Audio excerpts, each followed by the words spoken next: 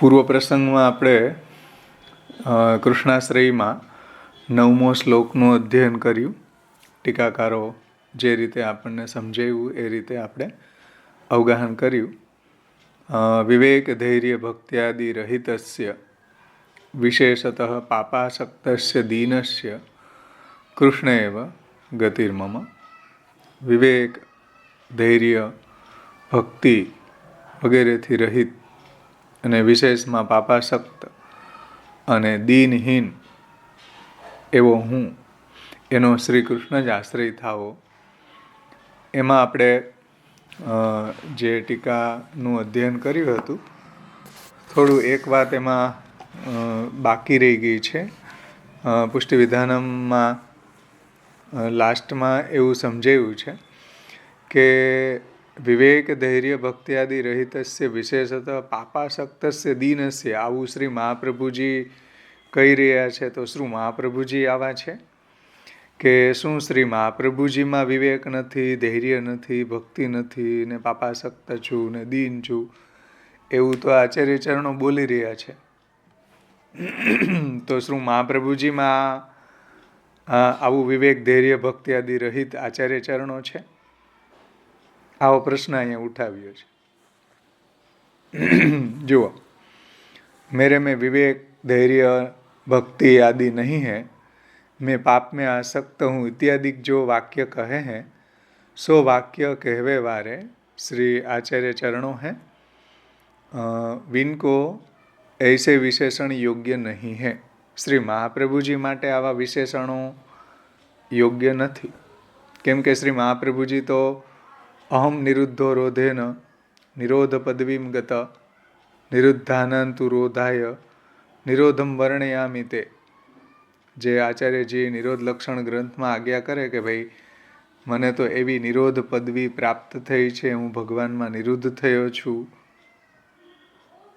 તો શ્રી મહાપ્રભુજીમાં આવા વિવેક ધૈર્ય ભક્તિ આદિ રહિત હોવું એ તો સંભવ જ નથી. तो विनको ऐसो विशेषण योग्य नहीं है. ऐसी शंका मन में होवे ताको समाधान ये सो है कि जैसे वेद में कहो है कि मैं हाथ जोड़ के गुरु की शरण जाऊँ हूँ, मैं नमन करूँ हूँ, मेरो कल्याण होवे, इत्यादि वाक्य यजमान के अधिकार सो कहे जावे हैं. આજે યજમાનને બોલવાના વાક્યો હોય એ યજ્ઞ કરાવનાર બ્રાહ્મણ પોતે બોલે છે. તો જે ઋત્વિજ છે, જે બ્રાહ્મણ છે, એ ઓન બિહાફમાં, યજમાનના ઓન બિહાફમાં આવા શબ્દો બોલે છે કે મેરો કલ્યાણ હોવે, મેં હાથ જોડી કે ગુરુ કી શરણ મેં જાઉં હું. આ વાક્યો તો કોને બોલવાના હોય? યજમાનને બોલવાના હોય.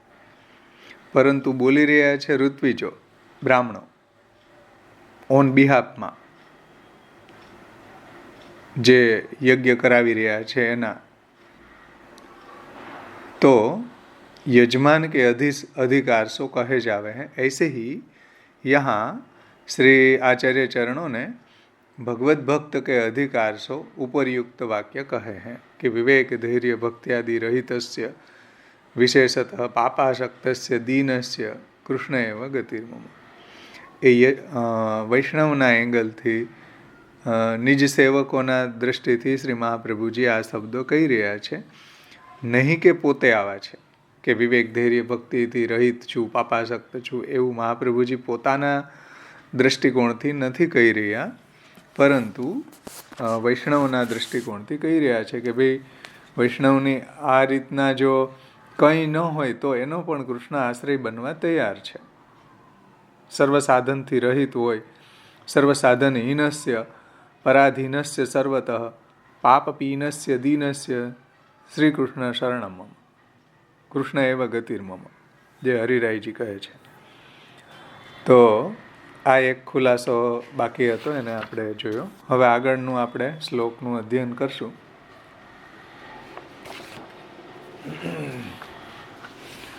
આગળનો શ્લોક છે 10 અને 11માં, 2 શ્લોક બાકી છે. 10મા શ્લોકની અંદર પ્રપત્તિ માર્ગના વિચારે પણ કૃષ્ણાશ્રયની સફળતાનું નિરૂપણ કરવામાં આવે છે. સર્વ સામર્થ્ય સહિત સર્વત્રૈવાખિલાર્થકૃત શરણસ્થ સમુદ્ધારમ કૃષ્ણમ વિજ્ઞાપયામ્યહમ.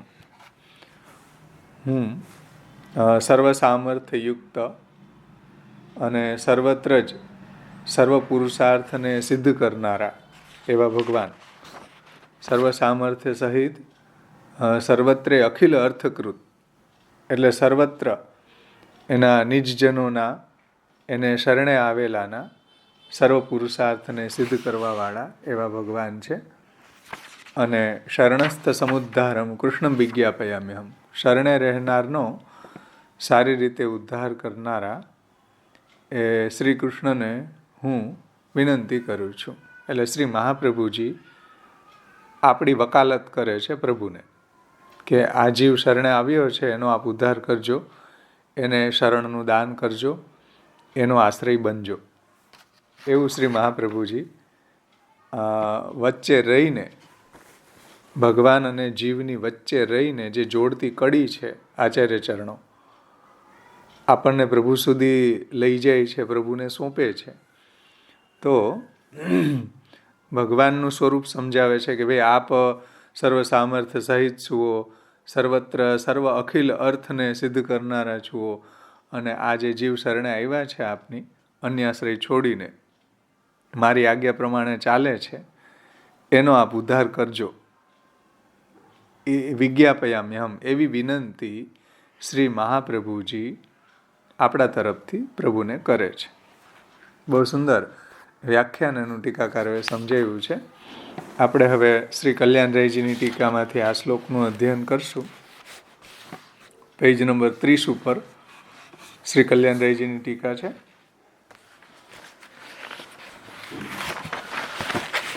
એની ઉત્થાનિકામાં श्री कल्याणराय जी आज्ञा करे छे, अब यहाँ यह शंका होती है कि यदि सर्वथा निसाधन जीव भगवान के शरणागत हो भी जाए तब भी उसे फल सिद्धि कैसे होगी.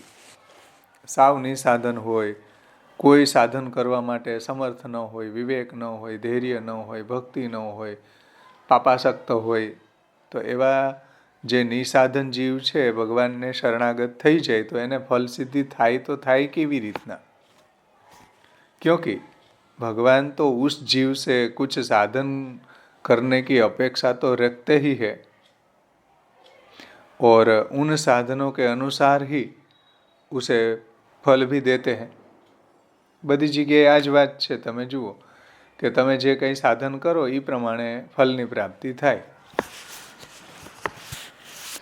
और वे जीव के कार्यों में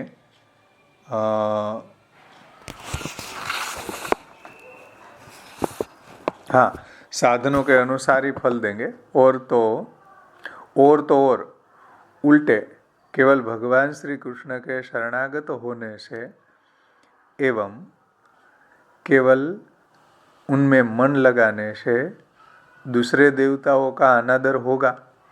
એટલે કેવલ તમે કૃષ્ણમાં અનન્ય થઈને રહેશો, શ્રી કૃષ્ણનો જ અનન્ય આશ્રય કરશો, તો પછી અન્ય દેવી દેવતાઓ જે છે એનો અનાદર નહીં થાય.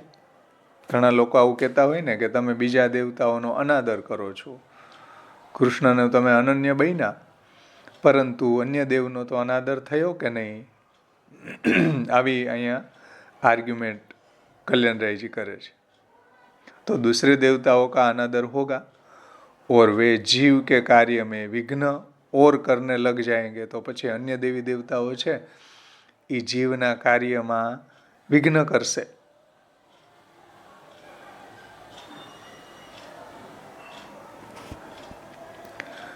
और कहा भी है कि भले भले काम में 100 विघ्न आते हैं. આવી એક કહેવત છે કે સારા કામમાં 100 વિઘ્ન એમ. अतः श्री आचार्य चरणों सर्व सामर्थ्य सहित सर्वत्रैवाखिलार्थकृत शरणस्थ समुद्धारम कृष्णम विज्ञापयाम्यहम इत्यादि शब्दों से इस शंका का समाधान कर रहे हैं. और कह रहे हैं कि भगवान श्री कृष्ण से ही मोक्ष प्राप्त होता है, अतः वे ही मोक्ष स्वरूप है। भगवान खुद मोक्ष रूप है। શંકા બધાને સમજાણી ને કે બધી જગ્યાએ તો એવી જ રીતના વ્યવસ્થા છે કે ભાઈ જેટલું સાધન કરો એટલું ફલ મળે, તો અહીંયા તો એને સાવ કંઈ સાધન કર્યું જ નથી, તો ફલ કેવી રીતના પ્રાપ્ત થશે? એક વાત.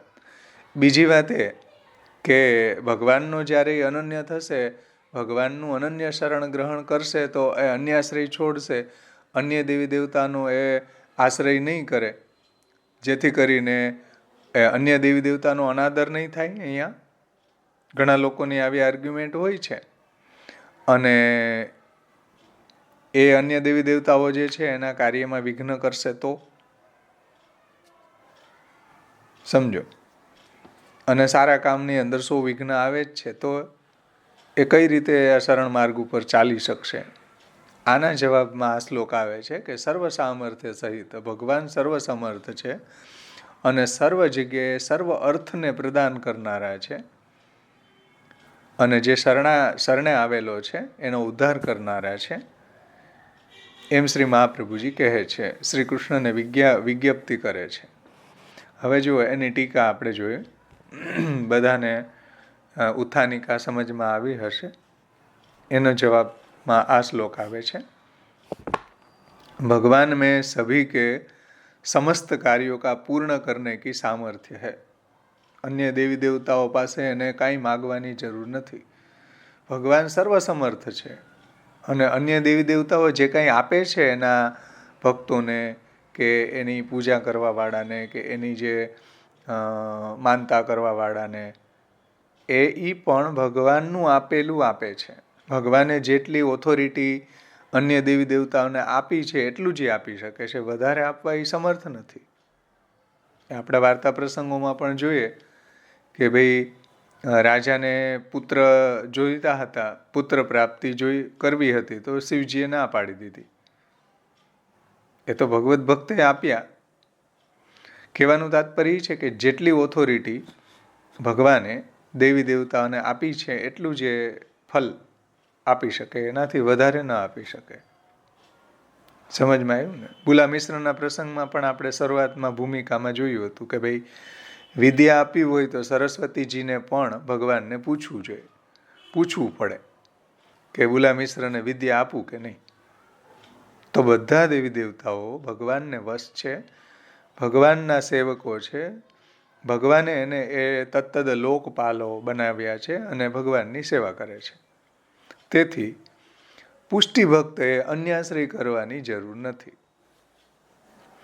भगवान में सभी के समस्त कार्यों पूर्ण करने की सामर्थ्य है, अथवा अन्य समस्त देवताओं में पूर्ण सामर्थ्यवान भगवान श्री कृष्ण ही है. अन्य समस्त देवताओं में पूर्ण सामर्थ्य वाला तो भगवान श्री कृष्ण ज છે. कृष्णात् परम नास्ति देवम वस्तुतो दोष वर्जितम परब्रह्म तु कृष्णो ही. अतः केवल इच्छा मात्र से वे स्वतः सभी कुछ कर देंगे. सभी कुछ भक्तनी इच्छा अनुरूप, भक्तनी अविकृत इच्छा अनुरूप प्रभु એને ફલદાન કરશે. અન્ય દેવી દેવતા એ નહીં જોવે કે આનું હિત થાય છે કે અહિત થાય છે, આવું ફલ તો એને આપવું પણ એનું અહિત થતું હશે, તો એવો કોઈ સુખનો વિચાર, ભક્તના સુખનો વિચાર કોઈ અન્ય દેવી દેવતાઓ નથી કરતા, ભગવાન કરે છે. એટલે ભગવાન જે આપણા હિતમાં હોય એ જ આપે છે. એ વાત અહીંયા ટીકાકાર સમજાવે છે કે કેવલ ઈચ્છા કરવે માત્ર से ही स्वतः सभी कुछ कर देंगे. अतः श्री आचार्य चरणों उन्हें सर्व सामर्थ्य सहित कह रहे हैं. भगवानનું વિશેષણ છે. और यदि प्रभु मर्यादा मार्गी ढंग से फल देना चाहे तो प्रभु वैराग्य, ज्ञान इत्यादि षड्गुण ऐश्वर्य से संपन्न है ही. अतः जीव को वैराग्य, ज्ञान इत्यादि फल देकर भी उसके कार्य पूर्ण करेंगे. એટલે જો કોઈ એવો અધિકારી છે અને એને એવા મર્યાદા માર્ગી દૃષ્ટિકોણથી ફલ પ્રદાન કરવું છે તો એને પણ એવા વૈરાગ્ય, જ્ઞાન ઇત્યાદિ ઇત્યાદિ ફલો આપવા સમર્થ છે પ્રભુ. એના માટે કોઈ એને અન્ય દેવી દેવતાનો આશ્રય કરવાની આવશ્યકતા નથી. અને પ્રભુ ચાહે કે ભાઈ આને મારે વૈરાગ્યનું દાન કરવું છે, આને જ્ઞાનનું દાન કરવું છે, તો પ્રભુ સમર્થ છે. પ્રભુ ષડગુણ ઐશ્વર્ય આદિથી સંપન્ન છે. તો જેને જેવું અભિલાષા છે એવું એની જે અવિકૃત ઈચ્છાઓ છે એને પૂર્ણ કરવા પ્રભુ સમર્થ છે. અન્ય દેવી દેવતાનો આશ્રય કરવાની બિલકુલ જરૂર નથી. ઓર યદિ જીવ કદાચિત સર્વથા નિસાધન હો, કોઈ સાધન કરવા માટે સમર્થ નથી, તો सर्वथा निसाधन हो तो भी उसे अपने निकट ले लेते हैं, क्योंकि सर्वत्र सभी कुछ करने में केवल उनकी ही सामर्थ्य है. પ્રભુને એવી સામર્થ્ય છે કે સાવ નિસાધન જીવનો પણ ઉદ્ધાર પ્રભુ કરવા સમર્થ છે. અન્ય દેવી દેવતાઓના તમે સાધનો જુઓ, એની ડિમાન્ડ જુઓ.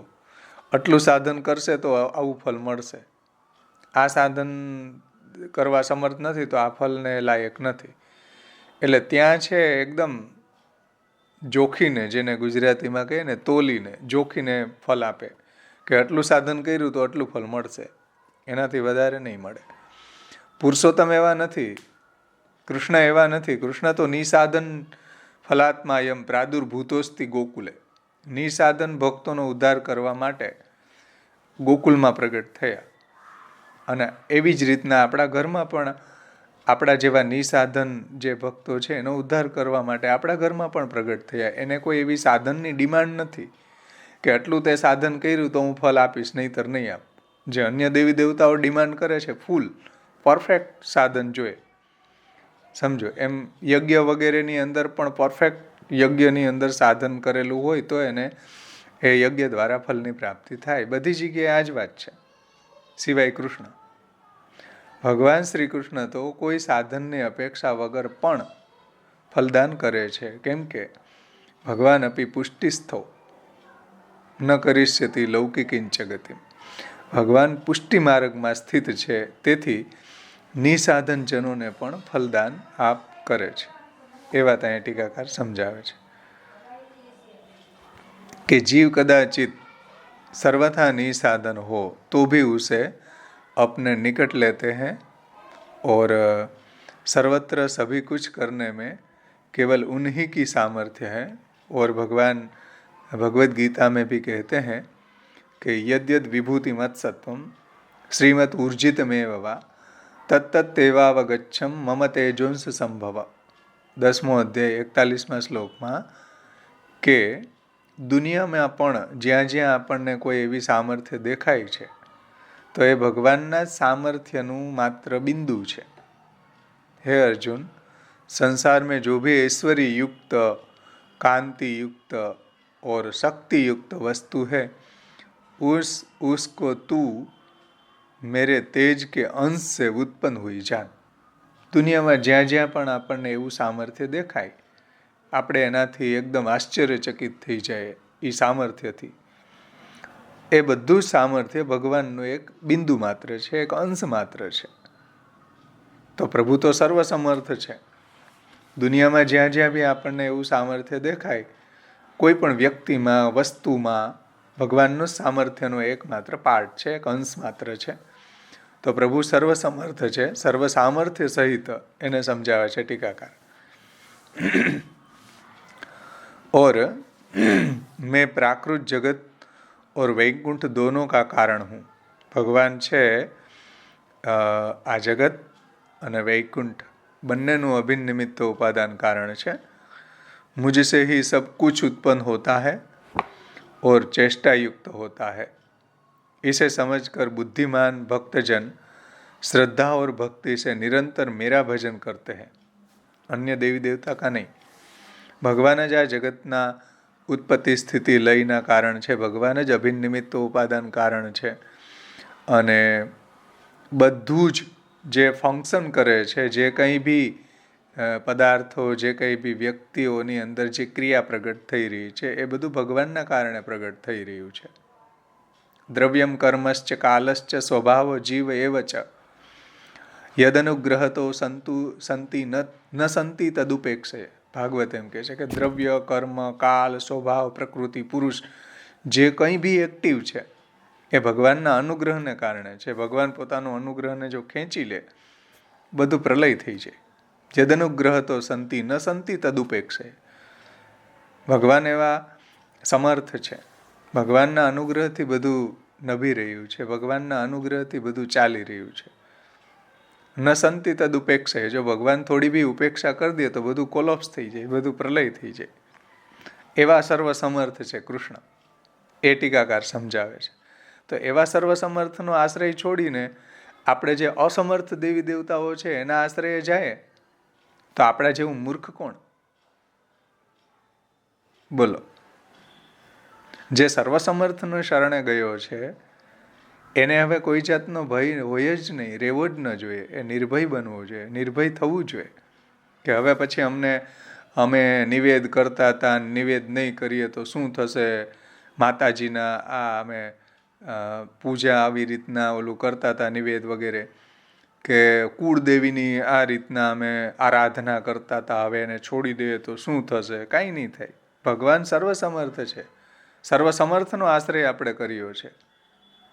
તો સર્વસમર્થનો આશ્રય કરવાથી અન્ય દેવી દેવતાઓ જે છે એ તો આપણી પ્રશંસા કરશે. આપણા વાર્તા પ્રસંગોમાં આવે છે કે ખૂબ સારું થયું, ચલો ભગવાનનું એ શરણે ગયો, એમાં અમારો આશ્રય કરવાથી એને કંઈ ન મળત, વધુમાં વધુ ભૌતિક ફળ મળત, કોઈ પારલૌકિક ફળ થોડું પ્રાપ્ત થાય. તો અન્ય દેવી દેવતાઓ પ્રસન્ન થાય છે જે કૃષ્ણની શરણ ગ્રહણ કરે છે એની ઉપર. એ કોઈ એનું કંઈ બગાડી નહીં શકે અન્ય દેવી દેવતાઓ. એટલે ભય કોને લાગે છે? જેને ભગવાનના આવા સામર્થ્યનું જ્ઞાન નથી એવા લોકોને અન્ય દેવી દેવતાઓનો આશ્રય છોડવાથી ભય લાગે છે કે અન્ય દેવી દેવતાનું અમે કુળદેવીનું આ કરતા હતા, પરંપરાથી કરતા જ આવ્યા છીએ. તો એવા લોકોને ભય લાગે જેને પ્રભુનું મહાત્મ્ય જ્ઞાન નથી. તેથી શ્રી મહાપ્રભુજી અહીં આપણા ઠાકોરજીનું મહાત્મ્ય જ્ઞાન સમજાવે છે કે ભાઈ સર્વ સામર્થ્ય સહિત સર્વત્રેવાખિલાર્થકૃત, સર્વ જગ્યાએ સર્વ અખિલ વસ્તુ એની જ છે અને આપવાનું સામર્થ્ય એનું છે અને બધામાં સર્વ સામર્થ્ય કૃષ્ણ જ છે.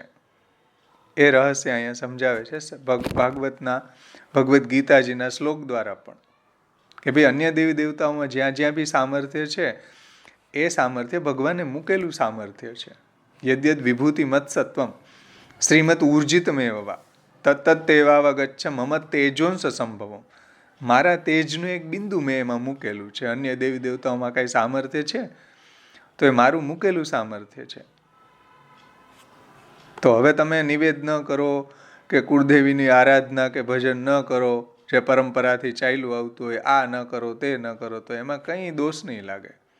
જ્યાં સુધી આપણે શરણે આવ્યા નથી ત્યાં સુધી આવું બધું કરતા હતા, આપણને જ્ઞાન નહોતું પ્રભુનું મહાત્મ્ય જ્ઞાન. હવે ભગવાનનું શરણ સ્વીકાર્યા પછી હવે કોઈ જાતનો ભય એને હોવો જોઈએ નહીં કે અન્ય દેવી દેવતાઓ શું કરશે અને શું સજા આપશે, અને કોઈ સજા આપવા સમર્થ જ નથી. એટલે અન્ય દેવી દેવતાનો હવે જરાક પૂછી શકો પ્રશ્ન? હા, પૂછો.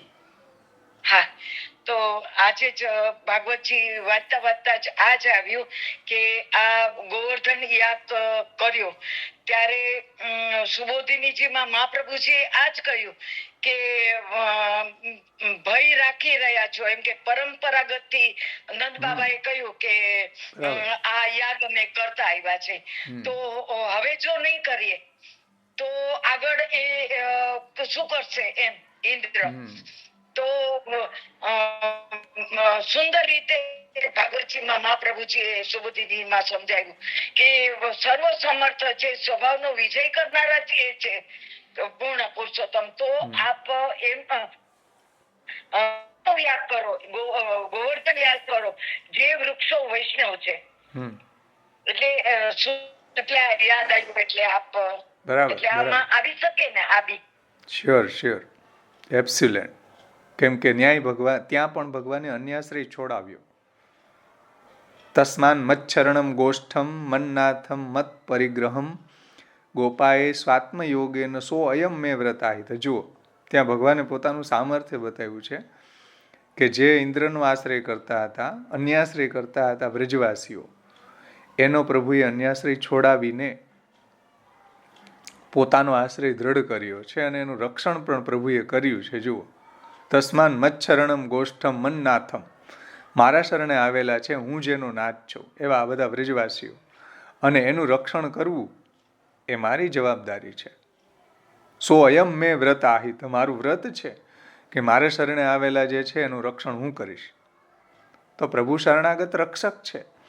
તેથી પુષ્ટિજીવોએ હવે અન્ય દેવી દેવતાઓથી ડરવાની બિલકુલ જરૂર નથી.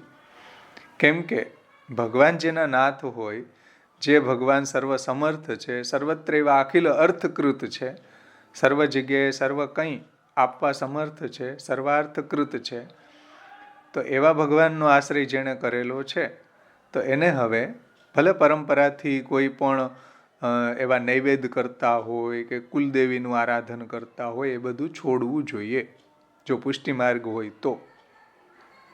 કે જલારામ બાપાની સેવા કરતા હોય ઘણા લોકો, કે એ તો અમારા કુટુંબની અંદર કે અમારી જ્ઞાતિની અંદર પહેલાં જ હોવા જોઈએ. ભાઈ, તમે વૈષ્ણવ ન હતા ત્યાં સુધી બરાબર છે, પણ હવે ભગવાનના શરણ ગ્રહણ કર્યા પછી હવે કોઈ જાતનો અન્યાશ્રય ન ચાલે. અન્ય સંબંધો ગંધોમેવ કંધરામેવ, અન્ય સંબંધો ગંધો અપી કંધરામેવ બાંધતે. હવે અન્ય સંબંધની ગંધ પણ હવે ગરદન કાપવા બરાબર છે. એટલે આશ્રય સ્ટ્રોંગ હોવો જોઈએ. પ્રથમ સ્ટેપ છે ભક્તિની શરૂઆતમાં. આશ્રય જ આપણો સ્ટ્રોંગ ન હોય, આશ્રય જ આપણો દ્રઢ ન હોય તો એવી ભક્તિ શું કામની? બોલો, ગમે એટલી ભક્તિ કરતા હોય પણ અનન્ય આશ્રય ન હોય તો શું કામનું? તો એવા શ્રી મહાપ્રભુજી સમજાવવા માગે છે કે પ્રભુ સર્વસમર્થ છે. પ્રભુનો આશ્રય કરવો જોઈએ. સર્વસમર્થનો આશ્રય કરવો જોઈએ કે અસમર્થનો આશ્રય કરવો જોઈએ? સમજો. તો ભાગવતજીમાં પણ આ જ રહસ્ય બતાવ્યું છે ગિરિરાજ ધારણ લીલામાં, અન્યાશ્રયનો ત્યાગ. અન્યાશ્રયના ત્યાગનો ઉત્સવ આપણે મનાવીએ છીએ, અન્નકૂટોત્સવ. એ કોઈ ઢેફલા ઉત્સવ કે કોઈ મોહનથાળ ઉત્સવ નથી. અન્યાશ્રયના ત્યાગનો ઉત્સવ છે આ. કે જો વ્રજવાસીઓનું પ્રભુએ રક્ષણ કર્યું, વ્રજવાસીઓનો પ્રભુએ અન્યાશ્રય છોડાવ્યો, તસ્માન મચ્છરણમ ગોષ્ઠમ મન્નાથમ મત્પરિગ્રહમ ગોપાએ સ્વાત્મ યોગેન સો અયમ મેં વ્રતાહિત, મારું વ્રત છે હું એનું રક્ષણ કરીશ મારા શરણે આવેલાનું. તો અન્યાશ્રયથી ઘણા લોકો ભયભીત છે. ઘણા મહારાજો પણ એને અન્યાશ્રય કરવા માટે પ્રવૃત્ત કરે છે. તો એને કૃષ્ણાશ્રય ભણવું જોઈએ. આપણા કલ્યાણરાયજી, બ્રિજરાયજી વગેરે આચાર્યોની ટીકા ભણવી જોઈએ. શા માટે ભાઈ વૈષ્ણવોને તમે ખોટી રીતે અન્યાશ્રયમાં પ્રવૃત્ત કરો છો? કૃષ્ણાશ્રય સમજાવો ને. કેમ અન્યાશ્રયમાં પ્રવૃત્ત કરો? ગ્રહોનો અન્યાશ્રય ને ઓલો અન્યાશ્રય ને કેટલા બધા અન્યાશ્રયમાં એ લોકો વૈષ્ણવોને પ્રવૃત્ત કરે છે. યુટ્યુબ ઉપર એવા કેટલા પ્રવચનો છે કે જે અન્યાશ્રયમાં પ્રવૃત્ત કરવાની આજ્ઞા કરે છે. મહારાજો જે આપણા પુષ્ટિ સંપ્રદાયના લીડર છે, જે ગુરુ દ્વાર બનીને બેઠા છે એ લોકો. હા ગિરીશભાઈ. સુદર્શન કવચ કરવાની આજ્ઞા કરે છે. હા બોલો. સુદર્શન કવચ જે છે, હા, જે મહાપ્રભુજીનો ગ્રંથ નથી. બરાબર. આચાર્ય ચરણોનો આવો કોઈ ગ્રંથ જ નથી. નવરત્ન દ્વારા નવગ્રહની દોષની વૃત્તિની વાત કરે. હા, નવરત્નના નવગ્રહો સાથે કમ્પેર કરે છે અને એને નવરત્ન અને ગ્રહની સાથે શું ભાઈ લેવા દેવા? તો આવા યુટ્યુબ ઉપર જે આપણા ગુરુ સ્થાન ઉપર બેઠેલા મહારાજો આવો ઉપદેશ આપે કે જેને કૃષ્ણાશ્રયનું જ્ઞાન નથી. હવે શું કરશું? અને આ સુદર્શન કવચ એ તો ઘણા વૈષ્ણવની ઘરમાં મેં ફોટા જોયા છે. એ વૈષ્ણવને મેં આ ગિરીશભાઈએ જે એની જે પોસ્ટ લખી હતી મોકલી, તો એ હજી ઉતાર્યું નથી. હવે એનું શું કામ? હવે એનું શું કરવું બોલો? હવે આવો સુદર્શન કવચ નામનો કોઈ ગ્રંથ જ પુષ્ટિ સંપ્રદાયમાં છે નહીં. અને એના એ ચિત્ર ટાંગે ઘરની અંદર, તો આ બહુ મોટો અન્યાશ્રય છે.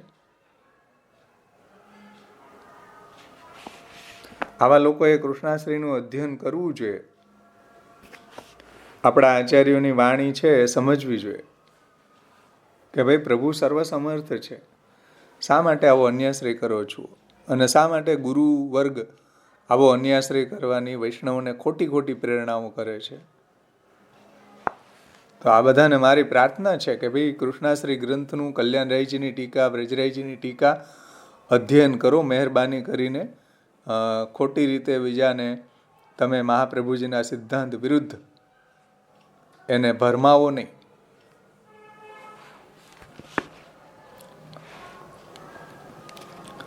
તો એ વાત અહીંયા કલ્યાણરાયજી સમજાવે. જો એવી ભગવાન સર્વસમર્થ.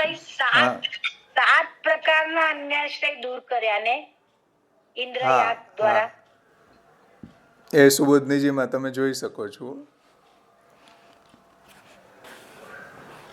આગળ જુઓ, આપણે ટીકામાં આવીએ. કોઈને કંઈ પ્રશ્ન હોય તો પૂછી શકો આ બાબતમાં.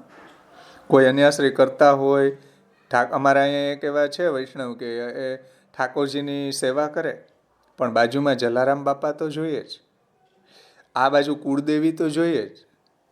તો મેં કીધું ભાઈ તમે પુષ્ટિ માર્ગની અંદર આવવા માટે તમે ક્વોલિફિકેશન નથી તમારું, તમે પુષ્ટિ માર્ગી નથી, હું એટલું કહી શકું.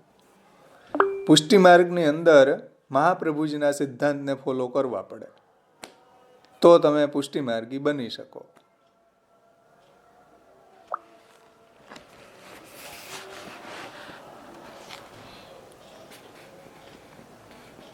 અને આપણે ત્યાં પ્રસંગો જુઓ કેવા છે.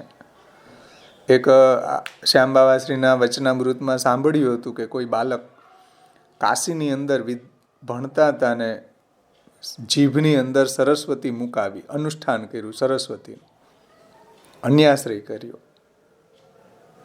ત્રીજા ઘરના બાળક હતા.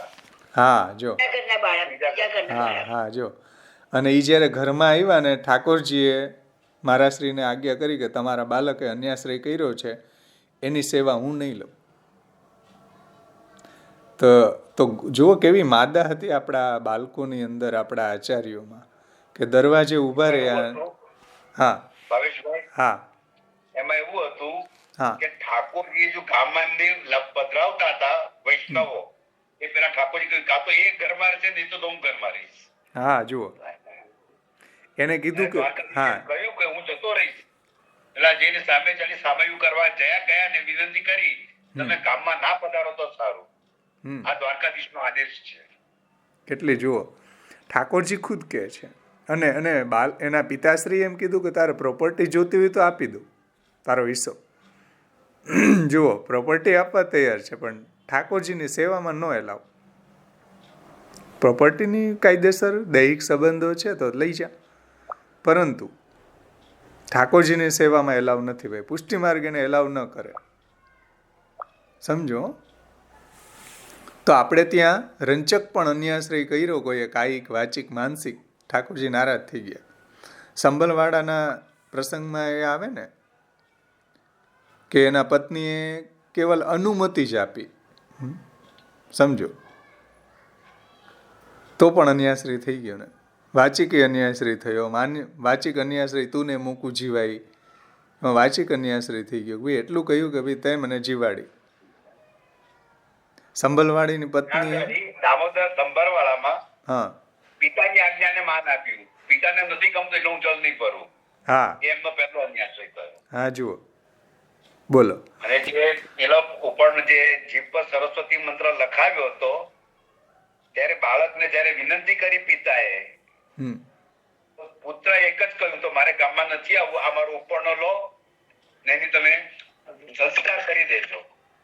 બોલો. હા, ઉપરનો લઈને પિતા ઘરે આવ્યા છે, એના અગ્નિ સંસ્કાર ને બધું કરાવીને વિધિ કરી દીધી છે. બોલો. એમના પણ એટલો જ માનતા હતો. હા, અને એમને સરસ્વતી મંત્ર એટલા માટે લખાવ્યો કે મહાપ્રભુજીના ગ્રંથો ની ટીકાઓ કંઠસ્થ નહોતી રહેતી. બોલો, ભગવત નામ માટે કર્યું છે, બીજો કોઈ કારણ નહોતું. હા, એમને ટીકાઓ કંઠસ્થ નહોતી રહેતી. હા, પણ અનુષ્ઠાન તો સરસ્વતીનું થયું. આપણા અન્યાશ્રય થઈ ગયો. હા, એટલે ઠાકોરજી પોતે કહી રહ્યા છે કે નહીં, એલાવ નથી. ઠાકોરજી પોતે આજ્ઞા કરીને કે નહીં, એની સેવા હું નહીં લવાય. જે અન્યાશ્રય એણે કર્યો છે તો વિચાર કરો તમે. ધનતેરસના દિવસે લક્ષ્મી પૂજન અને ચોપડા પૂજન, હા, એ બીજો અન્યાશ્રય છે જ ને. તમે જુઓ કે એટલો બારીક વાત છે. આપણે એમ સ્થૂલ રીતે આપણે એમ સમજતા હોય કે ભાઈ અન્ય દેવ દેવતાના મંદિરે નહીં જવું ને એનો પ્રસાદ ગ્રહણ નહીં કરવો ને, એ તો એક સ્થૂલ અન્યાશ્રયનું સ્વરૂપ છે. સૂક્ષ્મ અન્યાશ્રયનું સ્વરૂપ તમે વિચારો કે એટલી એના વિરક્તના હૃદયમાં એટલી ભાવના હતી કે આ ક્ષત્રાણી જે છે એ જરૂર પડશે તો પૈસા આપશે, એટલે એ સત્સંગ કરે એનું. તો ગુસાઈજીએ કે અન્યાશ્રય છે, રંચક અન્યાશ્રય. જુઓ, સૂક્ષ્મ અન્યાશ્રય કે આ વૈષ્ણવની, આ ક્ષત્રાણીની સાથે સત્સંગ એટલા માટે કરે વિરક્ત કે જરૂર આ દ્રવ્યવાળી છે, ખૂબ પૈસા આની પાસે છે ને જરૂર પડશે ત્યારે આપણને પૈસા આપશે. વિચાર કરો તમે. આ રંચક અન્યાશ્રય ગુસાઈજીને ગમ્યું નહીં, એ છોડાવ્યું એને કે ભાઈ પ્રભુ આ સર્વસમર્થ છે, પ્રભુ જરૂર પડવા જ નહીં દે, પ્રભુનો આશ્રય કેમ ન કરીએ? શા માટે ક્ષત્રાણીનો આશ્રય કરવો દ્રવ્ય માટે? તમે વિચારો. એટલે ત્યાં આગળ વૈષ્ણવનો પણ આશ્રય ન કરવો જોઈએ, અન્યાશ્રય કહેવાય. હા, સમજાયું કે દ્રવ્ય આપશે. પ્રભુ સર્વસમર્થ છે, સર્વત્ર એવા અખિલ અર્થકૃત છે. બધી જગ્યાએ બધું અર્થ આપવા કૃષ્ણ સમર્થ છે.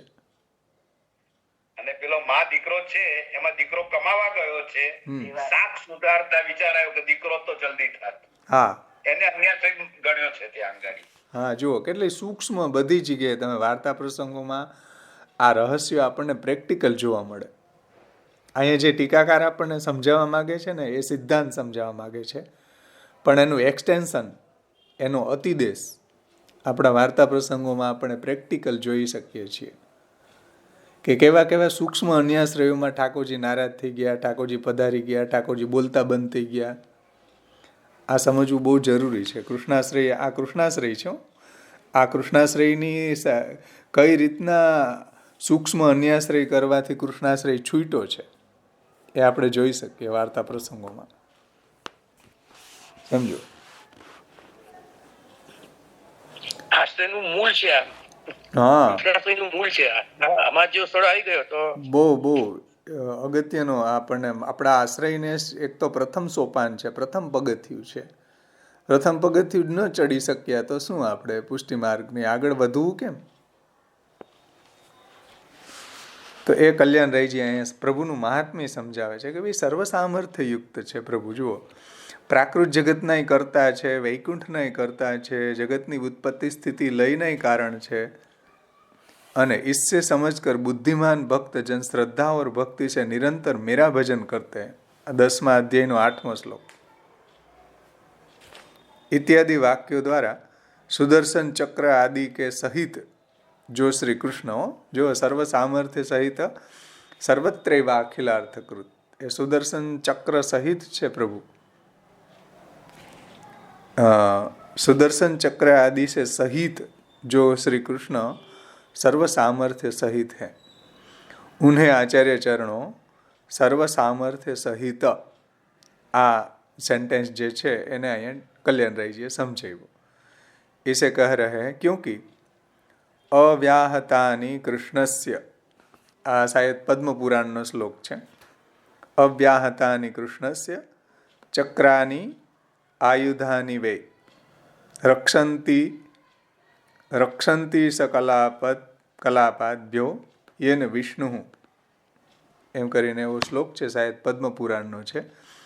એમાં એમ કહ્યું છે કે ભગવાન સુદર્શન ચક્રધારી છે અને સર્વ સામર્થ્યયુક્ત છે ને ભક્તનું આ રીતે રક્ષણ કરશે. તેથી અહીંયા કલ્યાણરાયજી કહે છે કે સર્વ સામર્થ્ય સહિત સર્વત્ર અખિલાર્થકૃત. કીર્તનોમાં પણ આવે પદ્મ ધર્યો જન તાપ નિવારણ, ચક્ર સુદર્શન ધર્યો કમલ કર, ભક્તન કી રક્ષા કે કારણ. ભક્તોની રક્ષાની એટલી જવાબદારી કૃષ્ણ લેતા હોય ભાઈ, તો હવે અન્યાશ્રયનો શા માટે આપણે એમાં પડવું જોઈએ? શા માટે સુદર્શન કવચને ઘરમાં ટાંગો છો? આટલી રિસ્પોન્સિબિલિટી જવાબદારી આપણા ઠાકોરજી લેવા તૈયાર છે, સર્વસમર્થ છે. ગદાધરી દુષ્ટન સંહારણ, શંખ ધર્યો રીપુ ઉદર વિદારણ. તો એ સામર્થ્ય એ પદ્મ પુરાણમાં પણ વર્ણિત છે. જુઓ, તો આ વાતને સમજાવીને હવે આગળ સર્વત્રૈવ અખિલ અર્થકૃત એને સમજાવે છે ટીકાકાર. આગળ વધીએ આપણે. કોઈને કંઈ પ્રશ્ન હોય તો જરૂર આપણે એની ચર્ચા કરીએ. ભાવેશભાઈ. હા હા, બોલો કિશોરીબેન. હવે આ તો અન્યાશ્રય પણ જ્યારે બાળકો જ્યારે ભણતા હોય ને સારી રીતે પાસ થાય અથવા તો એ રીતે, તો ઘણીવાર કહેતા હોય છે કે આ શિક્ષકની મહેનતથી અમે આ સારી રીતે મેળવી શક્યા. તો ત્યાં એવું આ સમજ્યા પછી એવો ખ્યાલ આવે કે આગળ એક શબ્દ લગાડવો પડે ને કે પ્રભુ કૃપાથી શિક્ષકની મહેનતે અમે, નહીં તો એ પણ એક સૂક્ષ્મ અન્યાશ્રય તો કહેવાય ને. માંદા હોય તો એમ કે ડોક્ટરની દવાથી અમે સાજા થયા, તો આગળ પ્રભુની કૃપાથી ડોક્ટરની દવાથી અમે સાજા થયા, પણ એમાં આગળ પ્રભુની કૃપા એમ કહેવું પડે ને, નહીં તો પાછું તમે ડોક્ટરનો આશ્રય કરી લીધો ને એવું કહેવાશે ને.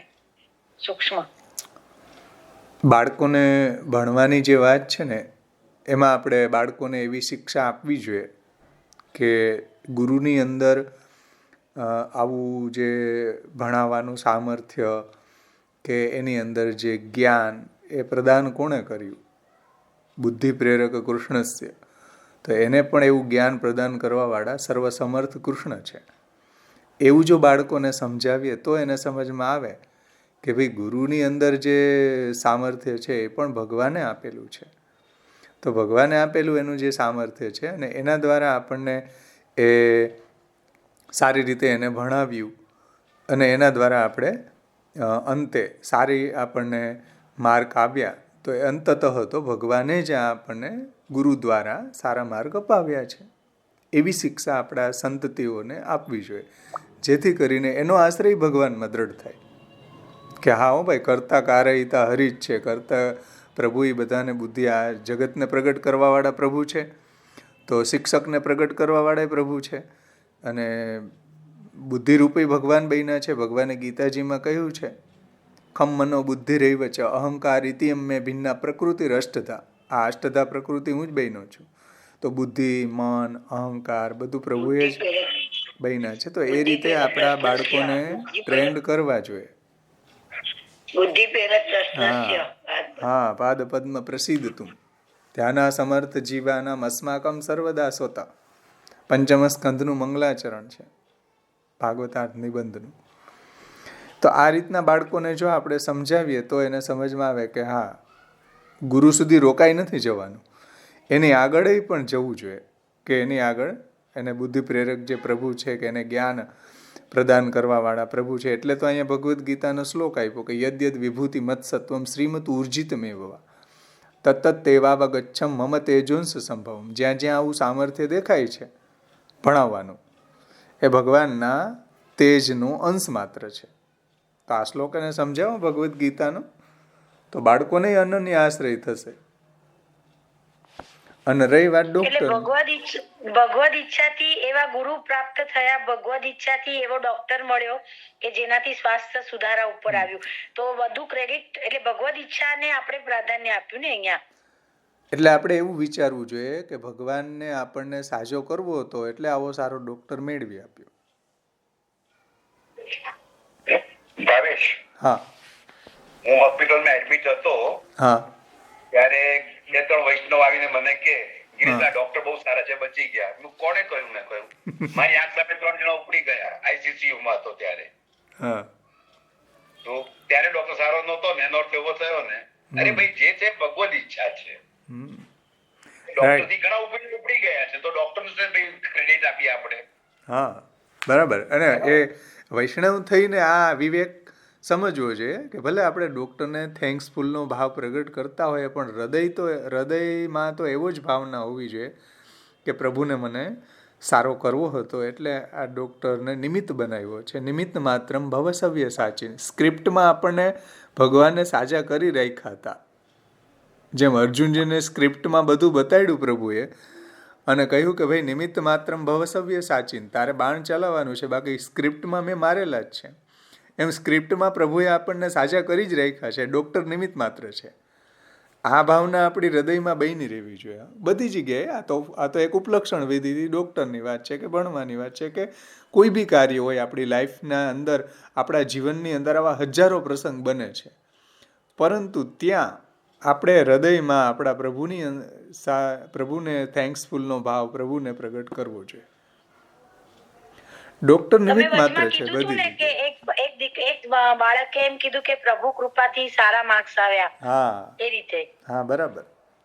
એવો વિવેક હોવો જોઈએ. પુષ્ટિ ભક્તોના વાણીમાં પણ આવો વિવેક હોવો જોઈએ. વાચિક વિવેક, મનથી તો અને હૃદયથી તો ભગવાન પ્રત્યે થેન્ક્સફુલનો ભાવ હોવો જોઈએ, સાથે સાથે વાણીમાં પણ આવો વિવેક આવવો જોઈએ કે ભાઈ પ્રભુની કૃપાથી સારા માર્ક આવ્યા. બહુ સારી કેટલું આશ્રય ઝલકે છે એમાં કે ભાઈ માર્ક આવવામાં પણ પ્રભુ વચ્ચે આવી રહ્યા છે, સારા માર્ક આવવામાં પણ થેન્ક્સફુલ ઠાકોરજીને કહી રહ્યા છે. તો એક વિવેક છે, બહુ સારો વિવેક છે, ઉત્તમ વિવેક છે. આપણી વાણીમાં પણ આવા વિવેક હોવો જોઈએ. તો બધી જગ્યાએ બોલવામાં મનથી, હૃદયથી આશ્રય આપણો છૂટવો ન જોઈએ. ભલે આપણે ડૉક્ટરને થેન્ક્સફુલ કહીએ કે કોઈને આપણે સલાહ આપીએ કે બહુ સારો ડૉક્ટર છે, જવું જોઈએ, પણ ભગવાન જ સારો કરે છે. દવાની અંદર જે ઉર્વરા શક્તિ મૂકી છે એ ભગવાને જ મૂકેલી છે. એના વગર કેવી રીતના સારો થઈ શકે માણસ? જો ભગવાનનું એમાં ઉર્વરા શક્તિ ન મૂકેલી હોય તો દવા શું કામ કરે? અને એ જ દવા એક વ્યક્તિ સારો થઈ જાય, એ જ દવાથી બીજો વ્યક્તિ સારો નથી થતો, એનો મતલબ શું? દવાની સામર્થ્ય છે? હા, પ્રભુ સર્વ સમર્થો હિ સર્વ સામર્થ્ય સહિત સર્વત્રૈવા અખિલાર્થ કૃત. હવે એક જ વ્યક્તિ સારો થઈ રહ્યો છે કેમ કે પ્રભુને એ દવા દ્વારા એ વ્યક્તિને સાજો કરવો છે. એક વ્યક્તિને સાજો નથી કરવો તો એ જ દવા એને કેમ સાજો નથી કરી શકતી? તો સામર્થ્ય અંત તો કોનું? ભગવાનનું.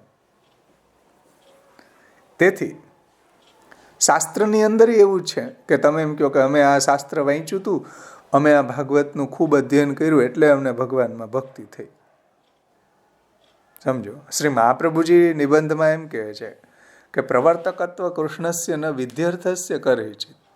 એ મેં ટ્રેક મૂક્યો છે ગ્રુપમાં, કોઈને સાંભળવો હોય તો સાંભળી શકે. બહુ ડિટેલથી મહાપ્રભુજી આ વાતને સમજાવી કે ભાઈ પ્રવર્તક તો કૃષ્ણ જ છે, વિધિ કોઈને પ્રવૃત્ત નથી કરતી, ગ્રંથ કોઈને પ્રવૃત્તિ નથી કરતા કોઈ માર્ગમાં, એ ગાઈડલાઈન આપે છે, પરંતુ પ્રવર્તક તો કૃષ્ણ જ છે.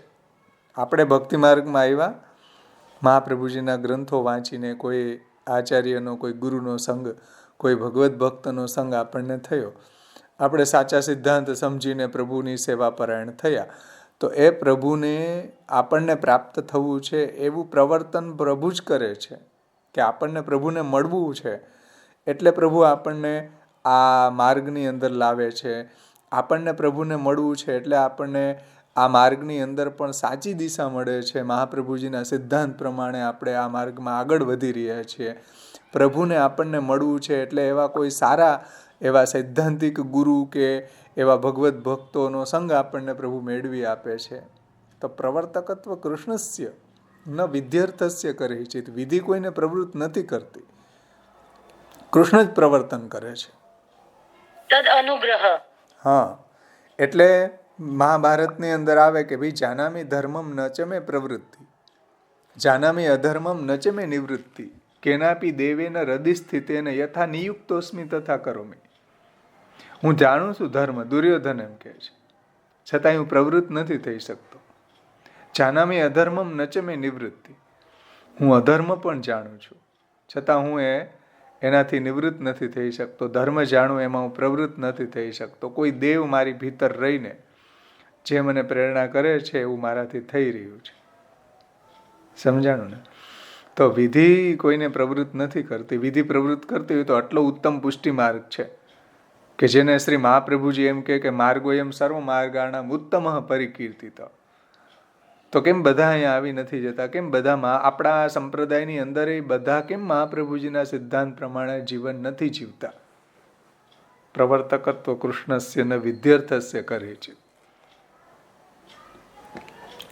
તેથી સર્વ સામર્થ્ય સહિત સર્વત્રેવ અખિલાર્થકૃત ભગવાનનો આશ્રય કરવો જોઈએ, અન્યનો આશ્રય ન કરવો જોઈએ.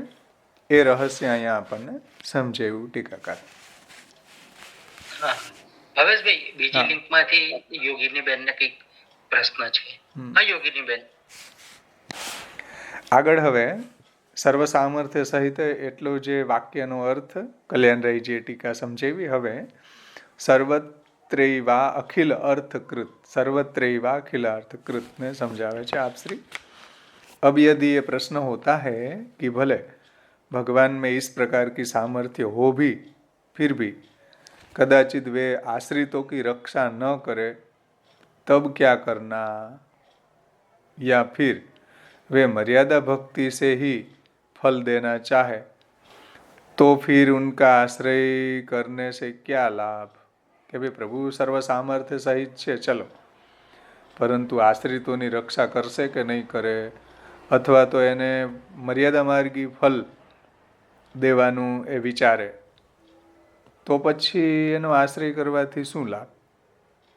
यदि ऐसी शंका होती हो तो आचार्य चरणों सर्वत्रैवाखिलार्थकृत इत्यादि शब्दों से स्पष्टीकरण करते हैं कि सभी स्थानों पर समस्त वर्णों में, सभी आश्रमों में अथवा समस्त कर्मों को भगवान पूर्ण करते हैं.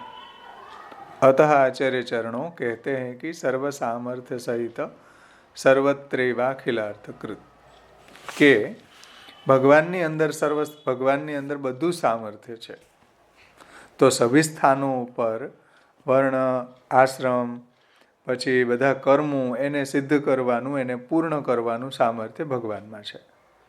भगवान के ऐसे स्वभाव के कारण श्री आचार्य चरणों ने इस शब्दों में क्विप प्रत्यय का प्रयोग किया है.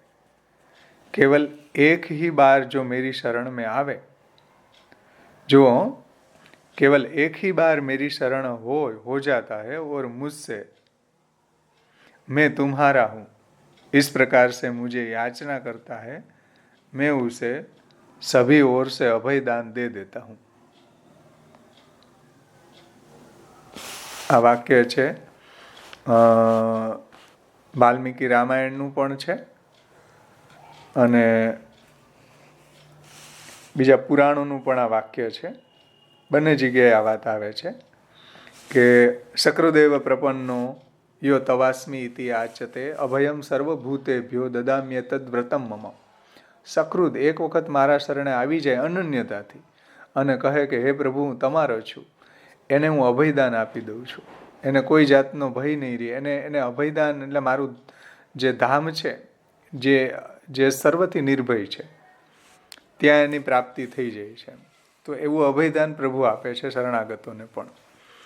એવું અહીંયા ટીકાકાર સમજાવે છે કે केवल एक ही बार जो मेरी शरण हो जाता है और मुझसे कहता है कि मैं हे प्रभु मैं तुम्हारा हूँ, तो इस प्रकार से मुझे याचना करता है, मैं उसे सभी ओर से अभयदान दे देता हूँ. કે અભયદાન, નિર્ભયતા કોઈ જગ્યાએ નથી.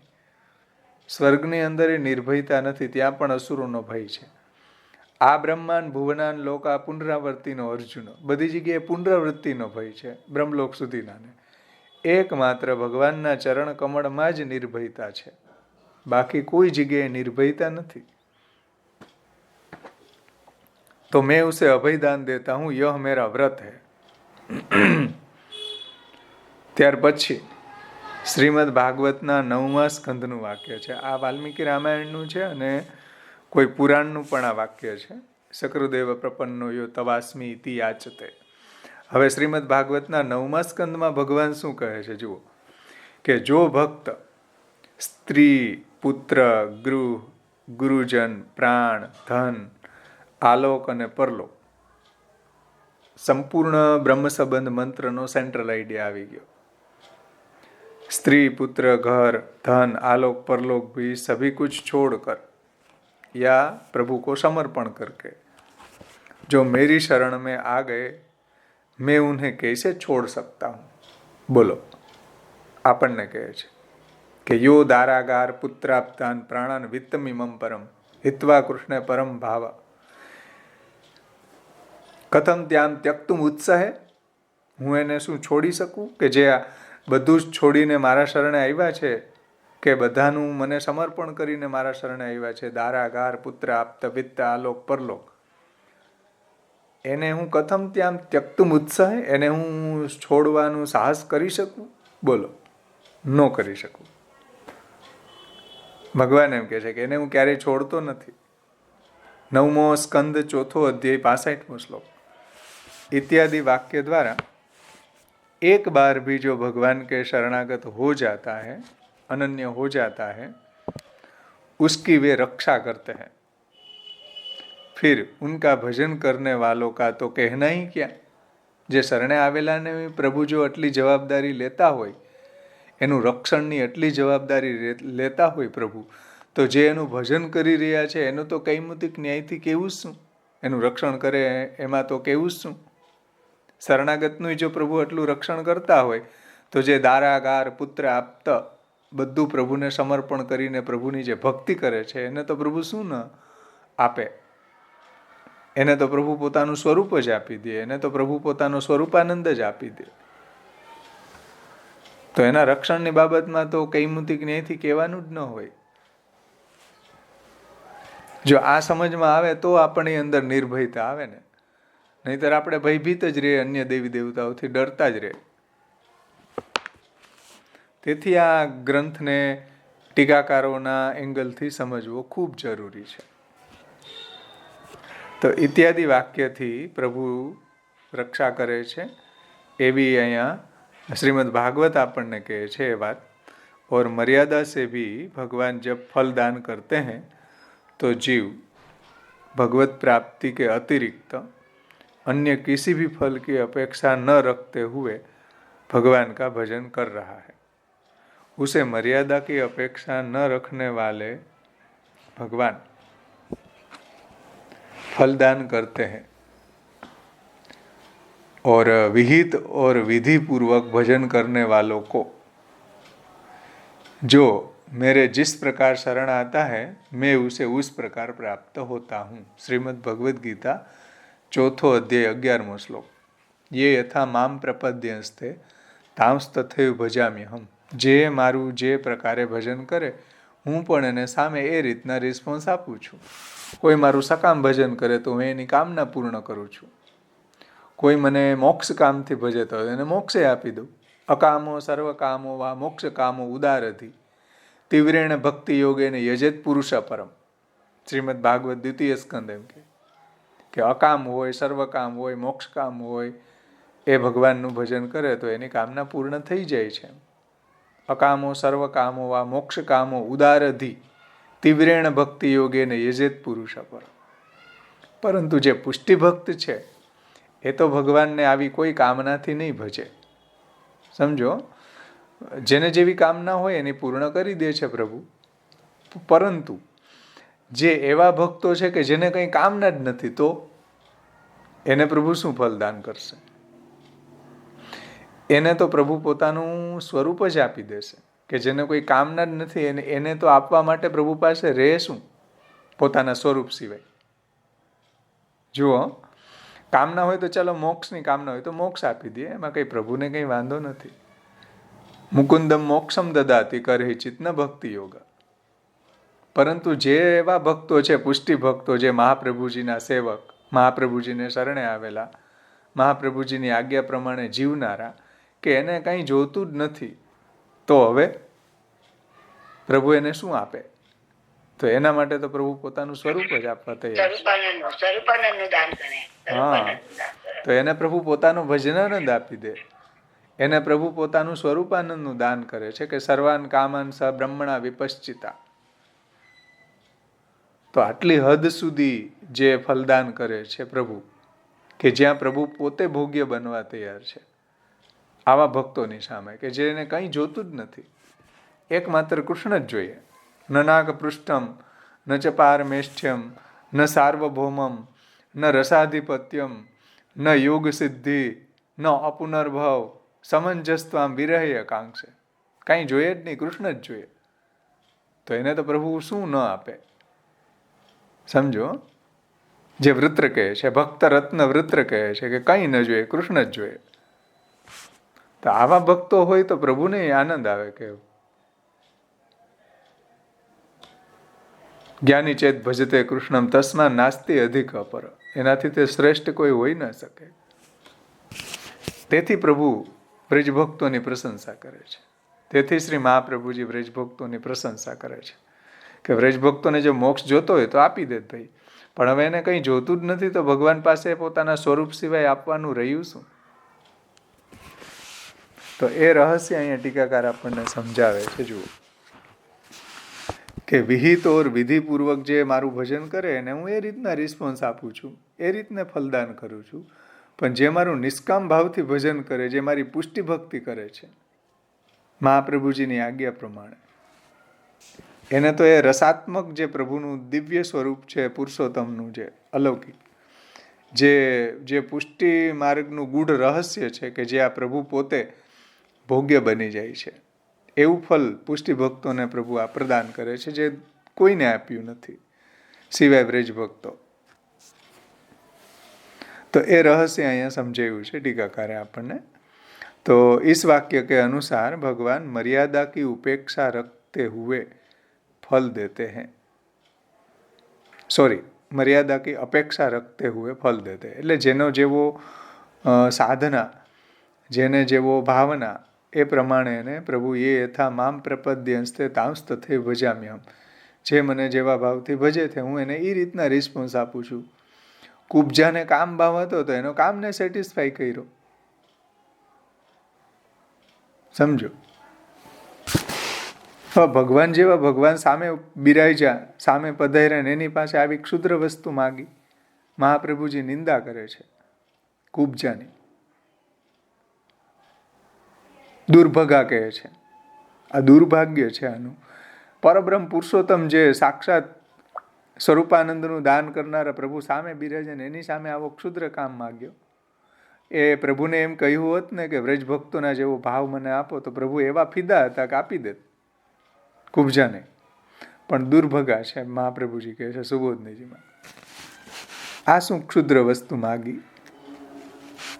વ્રજ ભક્તોના જેવું સ્નેહ ભક્તિ ભાવ માગ્યો હોત તોય આપી દેત પ્રભુ.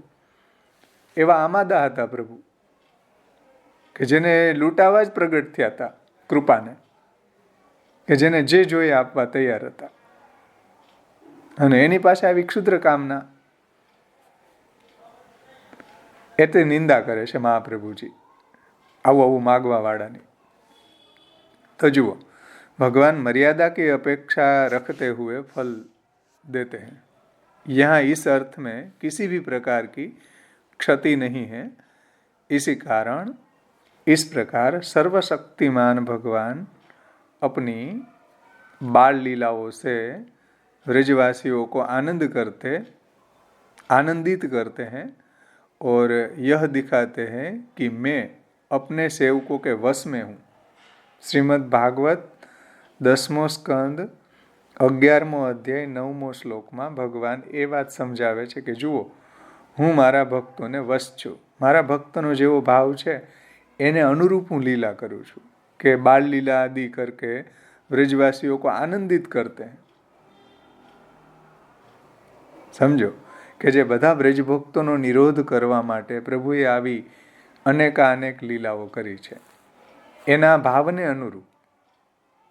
કેમ કે સ્વભાવસ્ય અન્યથા ભાવો ન વૈ શક્ય કથંચન ઇતિ ત્રિવિધ જીવેષુ ત્રિવિધા ભગવત કૃતિ. એના સ્વભાવનો અન્યથા ભાવ કરવો કે એના સ્વભાવને બદલાવો, એમાં ભક્તને પરિશ્રમ થશે. તેથી ભગવાન એના સ્વભાવને અનુરૂપ લીલા કરીને એનો નિરોધ પોતાનામાં કર્યો. તેથી સ્વભાવસ્ય અન્યથા ભાવો નવે શક્ય કથંચન ઇતિ ત્રિવિધ જીવેશુ ત્રિવિધા ભગવત કૃતિ. જેવા જેવા ભક્તો છે એ ભક્તોના ભાવને અનુરૂપ પ્રભુએ લીલા કરી એનો નિરોધ કરવા માટે. આટલા ભક્તોના લેવલ સુધી પ્રભુ ઉતરવા તૈયાર છે. એ તો એનું સામર્થ્ય છે કે આપણા સાથે સાધારણીકરણ કરીને આપણો નિરોધ કરવા, આપણા ઘરની અંદર બિરાજીને આપણે જે રીતે પ્રભુની સેવા કરીએ એ પ્રભુ અંગીકાર કરે છે. આપણે એને 8 વાગે જગાડીએ તો 8 વાગે જાગી જાય છે, 9 વાગે એને 10 વાગે જગાડીએ, એમાં પ્રભુને ઓબ્જેક્શન નથી. કેમ કે આપણો નિરોધ કરવા આપણા ઘરમાં આપણા ઠાકોરજી પધાર્યા છે. કોઈ ઓબ્જેક્શન નહીં કે આ શાક નહીં ભાવે. આપણા છોકરાઓ કહે છે, એને સંભાળવા મુશ્કેલ થઈ પડે કે આ ન જોઈએ ને આ જ જોઈએ ને આ ન ભાવે ને આ ભાવે ને. આપણા ઠાકોરજીએ કોઈ દિવસ આપણને એવું નહીં કહ્યું કે આ ન ભાવે. ચાલ, તું મને સ્નેહથી જેવું ધરે ને એ આરોગવા તૈયાર છું. સમજો, એવા ઠાકોરજી મહાપ્રભુજી આપણને પધરાવી દીધા છે. તો એ વાત અહીંયા કરે છે. 10મો સ્કંદ 11મો અધ્યાય 9મો શ્લોક. ભગવાન શ્રી કૃષ્ણ, જો કેટલા કેટલા સુંદર સુંદર શ્લોકો કલ્યાણરાયજી અહીંયા ટાંકે છે. ભગવાન શ્રી કૃષ્ણ ગ્વાલ બાલો કે સાથ ખેલને વ્રજ में निकल पड़ते एवं व्रज की गोपियों को निहाल करते हुए तरह तरह के खेल खेलते. બધા ગોપ સખાઓને આનંદ પ્રદાન કરવા માટે ગોપ સખાને અનુરૂપ લીલા કરતા. બરહી નૃત્યાનુકરણો ગોપાલાનુકૃતિસ્વના સદાચાર પ્રતિષ્ઠાતા બલશ્રમ નિરાકૃતિ. જો પુરુષોત્તમ સહસ્રનામમાં એવા નામ આવે છે કે બરહી નૃત્યાનુકરણો. બરહી એટલે મોરનું નૃત્યનું અનુકરણ પ્રભુ કરે છે. કેમ કે ગોપાલોને સાથે એવી જ લીલા કરે તો એનો નિરોધ થાય ને. બરહી નૃત્યાનુકરણો ગોપાલાનુકૃતિસ્વના. ગોપાલો જેવી જેવી એ ચેષ્ટા કરે એવી ચેષ્ટા પ્રભુ કરે. કેમ? એનો નિરોધ કરવો છે. તો એનો નિરોધ કરવા માટે ગોપ બાળકો પાસે પ્રભુ ગોપ બાલક બની ગયા.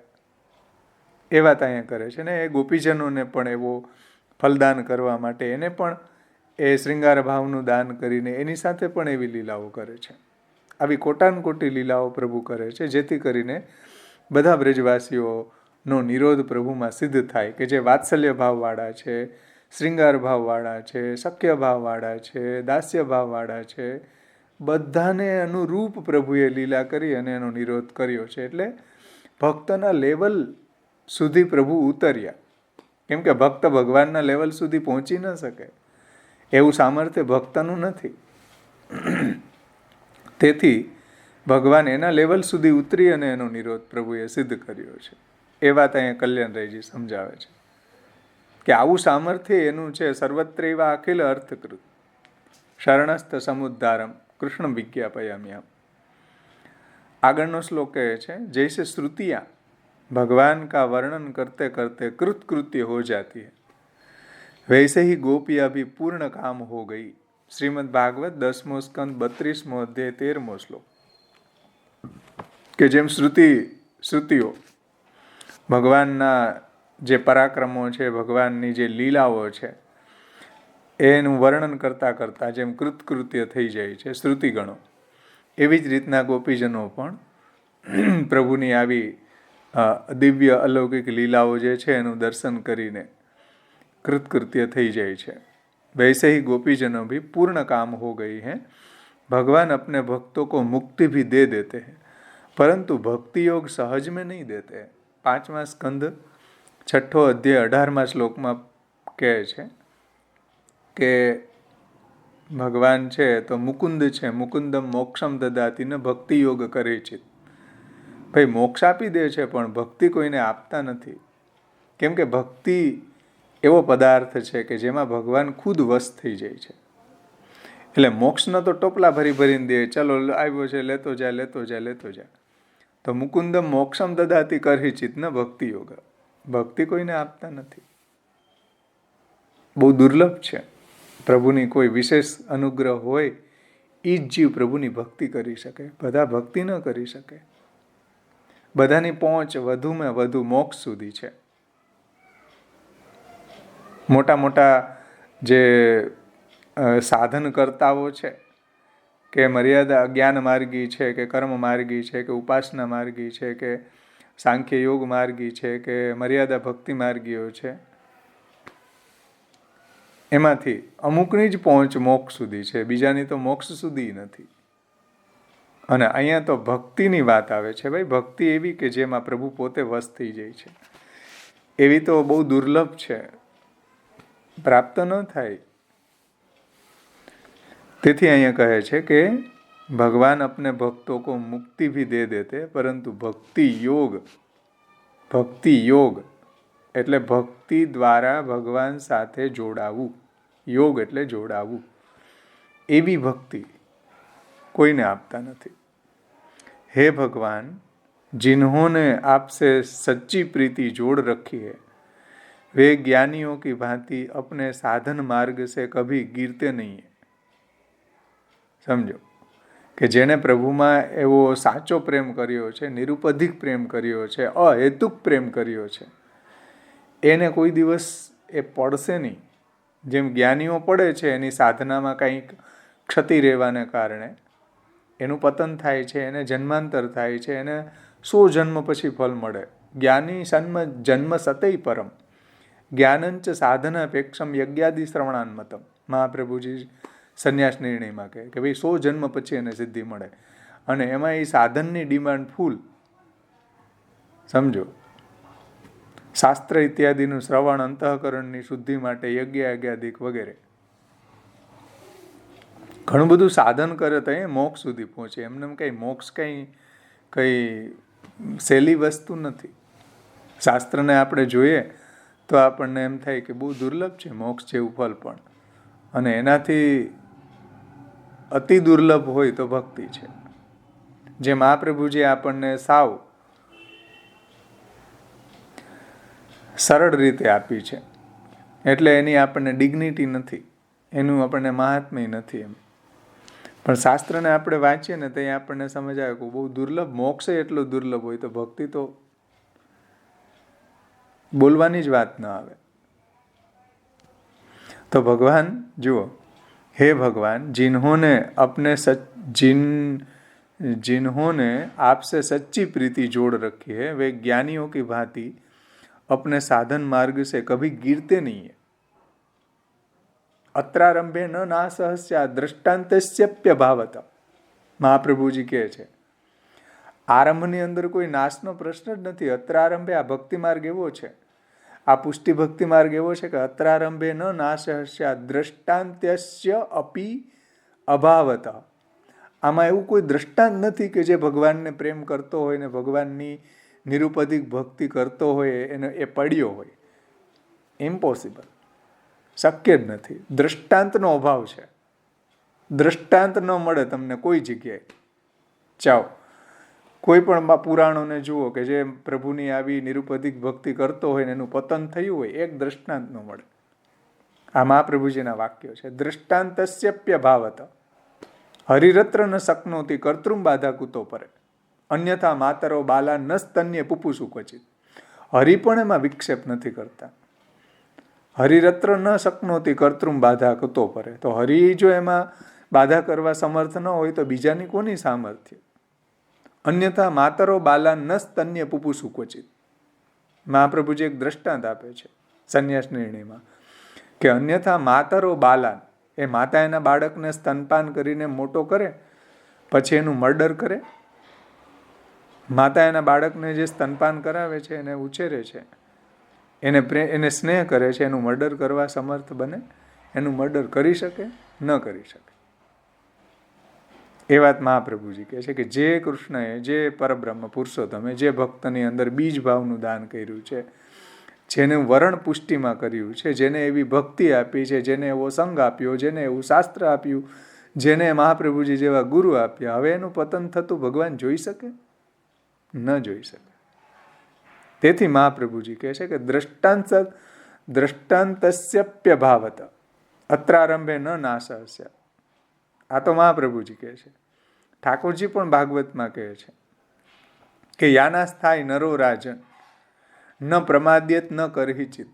ધાવન નિમિલ્યવા નેત્રે નસ પતે નસ ખલેદિહ. આ ભક્તિ માર્ગ એવો છે કે આની અંદર કોઈ ધાવન નિમિલ્યવા નેત્રે આંખો વીંચીને દોડે ને તો એને કોઈ પડવાનો ભય નથી, કોઈ જન્માંતરનો ભય નથી.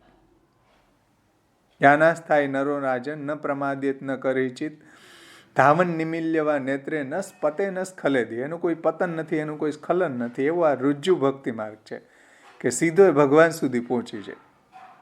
એવો ભક્તિ માર્ગ મહાપ્રભુજીએ આપણને આપ્યો છે કે જેની આપણને ડિગ્નિટી નથી. બોલો, શાસ્ત્રે એટલું એનું મહાત્મ્ય સમજાયું છે. એ વાત અહીંયા ટીકાકાર સમજાવે છે. જુઓ કે ભાઈ જ્ઞાનીઓ જે પડે છે એની સાધનામાં ચૂક થાય તો એ નીચે પડે છે, એવું ભક્તિ માર્ગમાં નથી. એનું પતન કે એનું સ્ખલન નહીં થાય, કેમ કે ભક્તિ માર્ગ ઉપર છે, ભગવાનના માર્ગ ઉપર છે. એ દ્રઢ ડગલાઓ ભરશે ભગવાનની દિશામાં. ભગવાન એનું રક્ષણ કરે છે. ભગવાન આ માર્ગના પ્રમાણ પ્રમેય સાધન અને ફલ બન્યા છે. ભગવાન એના રક્ષક છે અને ભગવાન જેનું રક્ષણ કરતા હોય એની અંદર કોણ વિઘ્ન નાખવાનું, કોનું સામર્થ્ય છે? કોઈનું સામર્થ્ય નથી.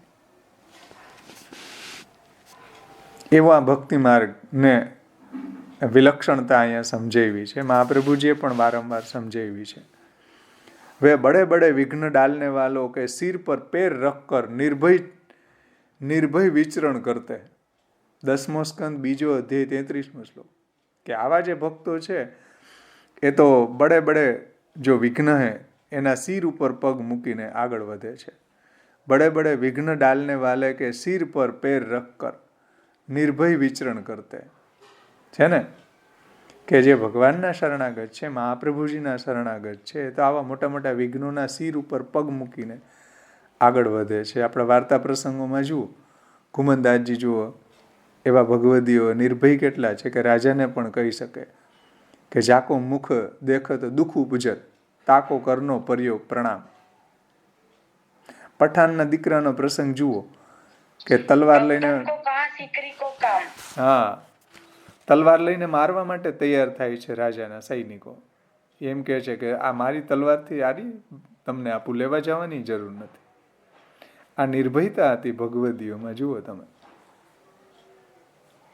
કેમ ભગવાનનો આશ્રય છે, મહાપ્રભુજીના ચરણ કમળનો આશ્રય છે, નિર્ભય વિચરણ કરે છે. આવા બડે બડે વિઘ્ન ડાલને વાલો કે સિર પર પેર રખ કર નિર્ભય વિચરણ કરતે. આ ભાગવત કહે છે કે ભગવાનના ભક્તો આટલા નિર્ભય છે કે મોટા મોટા વિઘ્નોના તો એના મસ્તક ઉપર ચરણ મૂકે છે ભક્ત અને આગળ વધે છે. 10મો સ્કંદ 2 અધ્યાય 33મો શ્લોક. જો આવી વાર્તાઓમાં આપણને જોવા મળે છે કે નહીં? મોટા મોટા વિઘ્નો ઉપર એ ચરણ મૂકીને આગળ વધી જાય ભક્તો. સ્વામીએ બિરબલને કહી દીધું, તું જ મારા માટે મ્લેચ્છ છે. હા બોલો. ચિત સ્વામીએ હા બિરબલને કહી તું મારા માટે મ્લેચ્છ છે. હા પેલો રાજા તો મ્લેચ્છ છે પણ તું મ્લેચ્છ જ છે. કે ભાઈ આવું તમે કીર્તન બોલો છો કે ઠાકોરજી અને ગુસાઈજીમાં કોઈ ભેદ નથી. હા તો આવું તમે હા તે કચ્છું ન ચંદે. તો રાજા સાંભળશે તો શું કહેશે? ચિત સ્વામીએ કીધું કે ભાઈ રાજા શું, પેલા તું જ મ્લેચ્છ છો મારા માટે. તો નિર્ભયતા હતા, આવા ભગવદીઓ હતા આપણે કે એને એવી કોઈ આવા લોકોની કોઈ વર્ષાસન છોડી દીધું ચિત સ્વામી. હા આખું વર્ષાસન છોડી દીધું. બોલો ચિત સ્વામીએ કેવી નિર્ભયતા ભગવદીઓના પ્રસંગમાં આપણને જોવા મળે. એ બલ કોનું? ભગવાનનું, મહાપ્રભુજીના ચરણ કમળના આશ્રયનું, ગુસાઈજીના ચરણ કમળના આશ્રયનું. એ રહસ્ય સમજવાનું છે કે એવી રીતના આપણે પણ ભગવાનના શરણાગત છીએ તો નિર્ભય રહેવું જોઈએ. નિર્ભય વિચરણ કરે છે ભગવાનના ભક્તો, એ ભાગવત કહે છે. પછી જુઓ 10મા સ્કંધના 3 અધ્યાયનો 27મો શ્લોક કલ્યાણરાયજી સમજાવે છે કે હે પ્રભુ, યહ જીવ મૃત્યુગ્રસ્ત હૈ. મૃત્યુના મુખમાં એ છે, મૃત્યુગ્રસ્ત છે. યહ સંપૂર્ણ લોક મેં ભટકતા ફિરતા ફિરતા પરંતુ કहीं શરણ ન મિલી. મૃત્યુગ્રસ્ત જીવને કોઈ જગ્યાએ નિર્ભયતા ન મળી, ભટકે છે. બધા જીવો જુઓ ભયભીત છે. કાલથી ભયભીત છે, પછી દુઃખથી ભયભીત છે, અનેક રીતે ભય પામેલો છે. તો આવા લોકો સંપૂર્ણ लोक में भटकता फिरता हुआ परंतु कहीं शरण न मिली, अब आपके चरणारविंद के शरणागत होकर स्वस्थ होकर सुख की नींद सो रहा है. ભગવાનના ચરણ કમળ પ્રાપ્ત કરીને સુખની નીંદ સૂઈ જાય છે. જે બધી જગ્યાએ ભટકે છે, લોકોને જુઓ ક્યાંય શાંતિ નથી, ક્યાંય નિર્ભયતા નથી મળતી, બધા ભયભીત છે. પરંતુ જે પ્રભુના ચરણ કમળનો આશ્રય કરે છે, જે પ્રભુના ચરણ કમળમાં ચાલ્યા જાય છે, એ સુખની નીંદર સૂઈ જાય છે, એ સ્વસ્થ થઈ જાય છે, નિર્ભય બની જાય છે. કેવી કેવી નિર્ભયતાના વાક્યો આ કલ્યાણરાયજીએ આપણને સમજાવ્યા ભાગવતમાંથી. પછી આગળ પણ હજી સમજાવે, જુઓ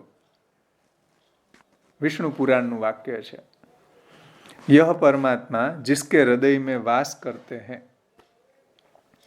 વિષ્ણુ પુરાણનું વાક્ય છે 3:7-34 કે જે આ રીતના પ્રભુની ભક્તિ કરે છે, પ્રભુનો શરણાગત જે છે એના હૃદયમાં તો પ્રભુ હંમેશા બિરાજે છે. સ્વયસોગાન સંવૃષ્ટ હૃદયામ ભોજ વિષ્ટર. જે એનું યશોગાન કરે છે એના હૃદય કમલના આસન ઉપર આવીને બિરાજી જાય છે. इत्यादि वाक्यों द्वारा यह सिद्ध होता है कि काल, यमराज इत्यादि आदि पद थी समझी लेवानुं, देवी देवता કે કુલદેવી કે સુરાપુરા કે જેનું જે લોકો નિવેદ કરતા હોય એ કોઈ બધા જેટલા ગણા હોય એટલા અહીં ગણાવી લ્યો. આદિપદથી મોટા મોટા ગણાવી દીધા અહીંયા, કાલ ને यमराज. तो ऐसे काल और यमराज इत्यादि भी भगवदियों के पास नहीं फटकते हैं. फिर दूसरे विघ्न करने वालों की तो बात ही क्या कहनी. જે મોટા મોટા વિઘ્ન કરવા વાળા કાલ ને यमराज, કેમ કે કાલની અંડરમાં બ્રહ્માજી કાલની અંડરમાં છે. यमराज છે એ સર્વથી શ્રેષ્ઠ છે કે જે બધાને દંડ આપે છે. એ પણ જે કૃષ્ણના અનન્ય ભક્ત છે એની બાજુમાં પણ ફરકતા પણ નથી. તો પછી એને કોનાથી ભય રહે? હવે મોટામાં મોટો ભય કાલનો છે, યમરાજાનો છે. એ પણ જો ભગવાનના ભક્તોને આટલું માન રાખતા હોય તો એને હવે કોનો ભય રહે ભગવાનના ભક્તોને? તો યહી પરમાત્મા.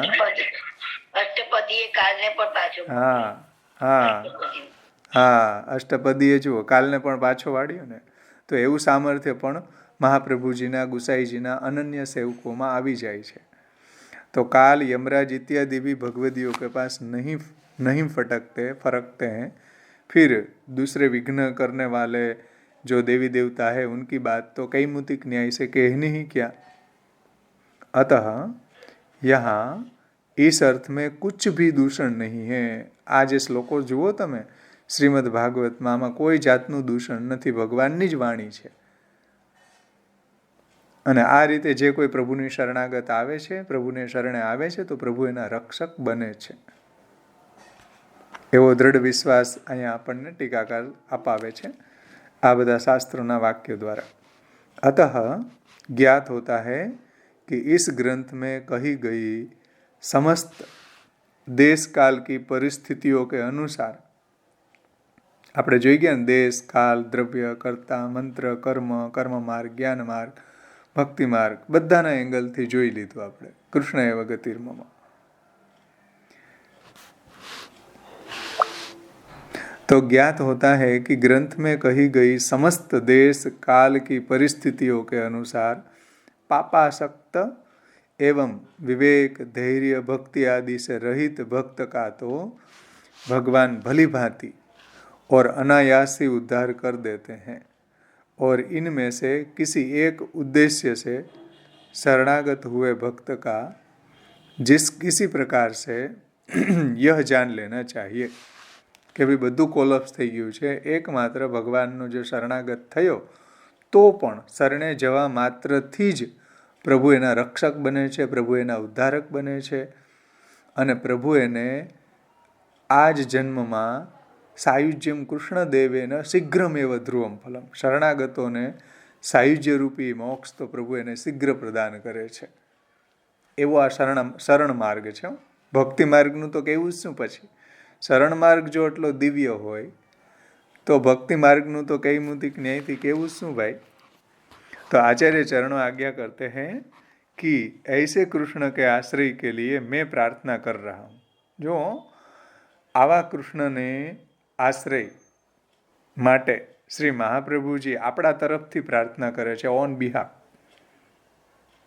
ऐसे कृष्ण के आश्रय के लिए मैं प्रार्थना कर रहा हूँ कि जहाँ कृष्ण के स्थान पर कृष्णम बे पाठ भेद छे, अहीं एवं कल्याण रईजी कहे छे शरणस्थ समुद्धारम कृष्णम विज्ञापयामी। एमां कृष्णम छे अने कृष्ण ए रीतना बे छे पाठ।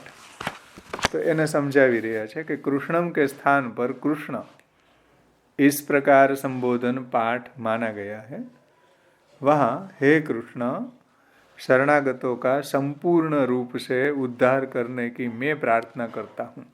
श्री महाप्रभु जी आपणी वकालत कृष्ण पासे करे छे कि शरणागतों का संपूर्ण रूप से उद्धार करने की मैं जीव की ओर से प्रार्थना करता हूँ। એટલે શ્રી મહાપ્રભુજી આપણા એંગલથી પ્રભુને પ્રાર્થના કરે છે કે આનો તમે આશ્રય બનજો, આનો તમે ઉદ્ધાર કરજો। આ શરણાગત છે, અન્યાશ્રય નથી કરતો, આ કાયિક વાચિક માનસિક અન્યાશ્રય નથી કરતો, આ મારી આજ્ઞા પ્રમાણે ચાલે છે। મેં જે કૃષ્ણાશ્રયને વિવેક ધૈર્યાશ્રય ગ્રંથ લખ્યા છે એ અનુરૂપા ચાલે છે। આવી ભરામણ શ્રી આચાર્ય ચરણો ઠાકોરજીને કરે છે આપણી, સમજો। અને મોટાઓ જ્યારે આપણી ભરામણ કરે તો આપણું કામ થઈ જાય ને, લોકમાંય થઈ જાય છે, કેવલ નામ દેવાથી નહીં થઈ જાય। અહીંયા તો શ્રી મહાપ્રભુજી વચ્ચે રહીને ભરામણ કરે છે આપણી। तो शरणागतों का संपूर्ण रूप से उद्धार करने की मैं प्रार्थना करता हूँ कि इस प्रकार से आचार्य चरणों प्रार्थना कर रहे हैं, ऐसा अर्थ है। ऐसा अर्थ कर लेना चाहिए। इससे यह सूचित होता है कि ईश्वर में सदैव दीन भाव रखना चाहिए। प्रभुनी सामे कई रीते पेश थवुं शरणागत भक्ते दैन्यपूर्वक दीन भाव रखना चाहिए, क्योंकि दीन भाव से ही भक्ति करने पर भगवान संतुष्ट होते हैं। दीन भाव पूर्वक प्रभुनी शरणे जवाथी प्रभुनी भक्ति करवाथी प्रभु संतुष्ट थाय छे। केम के नहीं साधन संपत्त्या हरिस्तुष्यति कस्यचित् भक्तानां दैन्यमेवेकं हरितोषण साधनम। आपड़ा कोई साधना अभिमान राखवाथी अने साधना अभिमान राखीने सेवा करवाथी संतुष्ट नहीं थाय, साधनना अभिमान राखीने शरणागति करवाथी संतुष्ट नहीं थाय। पण साधना अभिमान जे दिवसे आपणुं छूटशे ने ते दिवसे आपणे प्रथम पगथिયું पुष्टि मार्गनी अंदर आपणे आगळ वध्या। તેથી અહીંયા કહી રહ્યા છે કે ભાઈ આવું દૈન્ય આપણામાં બન્યું રહે, આવી દીનતાપૂર્વક આપણે પ્રભુની સેવા કરીએ, પ્રભુને શરણે જઈએ તો પ્રભુ સંતુષ્ટ થાય। ભક્તાનામ દૈન્યમેવેકમ હરિતોષણ સાધનમ। ભક્તોનું આવું દૈન્ય તેનાથી પ્રભુ સંતુષ્ટ થાય છે। હરિતોષણ સાધનમ, હરિના સંતોષનું સાધન છે। સમજમાં આવ્યું ને? આ શ્લોક અહીંયા સંપન્ન થયો। શરણસ્થ સમુદ્ધારમ કૃષ્ણમ વિજ્ઞાપયામ્યહમ। અહીંયા સુધીમાં કોઈને કંઈ પ્રશ્ન હોય તો આપણે એની ચર્ચા કરીએ। બોલો, ટીકામાંથી કોઈને કાંઈ પ્રશ્ન હોય તો આપણે એની ચર્ચા કરી શકીએ। આજે અહીંયા ટીકામાં કહ્યું છે કૃષ્ણમની જગ્યાએ કૃષ્ણ, પણ આપણે તો કૃષ્ણમાં જ બોલીએ છીએ ને, આપણે તો એ જ રાખવાનું છે ને। એ જ રાખવાનું। આ તો કોઈ જગ્યાએ આવો પાઠ ભેદ મળે છે તો એનો ખુલાસો કર્યો છે ટીકાકારોએ। ઘણી જગ્યાએ આવા ખુલાસાઓ કર્યા છે પાઠ ભેદના કારણે, પણ આપણે જે અહીંયા મૂળ પાઠ છે કૃષ્ણમ એમ જ બોલવું જોઈએ। આટલું બધું ક્લિયર થવા છતાં પણ વૈષ્ણવને ખબર નહીં ક્યાંથી પિતૃદોષ આવી જાય છે, ક્યાંથી ગ્રહદોષ આવી જાય છે। હા બોલો। આ બે લખવા રહી ગયા ટીકામાં। અને પાછા જે બીજા લોકો એને કહે તો એ માની પણ લે કે હાઓ ભાઈ પિતૃ નડે છે, ઢીકડો નડે છે, આ નડે છે, તે નડે છે। અરે ભાઈ કૃષ્ણાશ્રય તમે સમજો, કાંઈ નથી નડતું। કોઈ ગ્રહ નડે, તમે નડે ગ્રહની એવા છો। હા, કોઈ ગ્રહ નથી નડતો પુષ્ટિ ભક્તોને. જે પ્રભુ સર્વસમર્થ હોય, સર્વ સામર્થ્ય સહિત સર્વત્ર એવા અખિલાર્થકૃત, એને શરણે ગયા છીએ આપણે, કે જે એનું સર્વ સામર્થ્ય યુક્ત પ્રભુ છે, જે સર્વ જગ્યાએ સર્વ વસ્તુ એની છે, સર્વ વસ્તુ આપવા પ્રભુ સમર્થ છે, બધું ફલદાન કરવા પ્રભુ સમર્થ છે. આટલું દિવ્ય રહસ્ય આપણા મહાપ્રભુજી આપણને કૃષ્ણાશ્રયમાં સમજાવ્યું, આપણા ટીકાકારોએ મહાપ્રભુજીનું હૃદય સમજાવ્યું આપણને. તો એટલા ઇમ્પોર્ટન્સ છે કૃષ્ણાશ્રય એક ગ્રંથ કોઈ અધ્યયન કરે ટીકા સાથે, તો એનો આશ્રય કેટલો સ્ટ્રોંગ બની જાય મહાપ્રભુજીની કૃપાથી, ઠાકોરજીની કૃપાથી. આ સમજાવો યુટ્યુબ ઉપર બધા વૈષ્ણવો મહારાજો, મારી વિનંતી છે, વૈષ્ણવોને અન્યાશ્રય તરફ નહીં પ્રેરો ખોટી રીતે. સાચા અર્થમાં કૃષ્ણાશ્રય, કલ્યાણરાયજીની, વ્રજરાયજીની, દ્વારકેશજીની ટીકા સમજાવો. બધાય મહારાજોને હાથ જોડીને વિનંતી છે કે યુટ્યુબ ઉપર તમે મહાપ્રભુજીના સિદ્ધાંત વિરુદ્ધ અન્યાશ્રયમાં બધાને તમે નહીં પ્રેરો.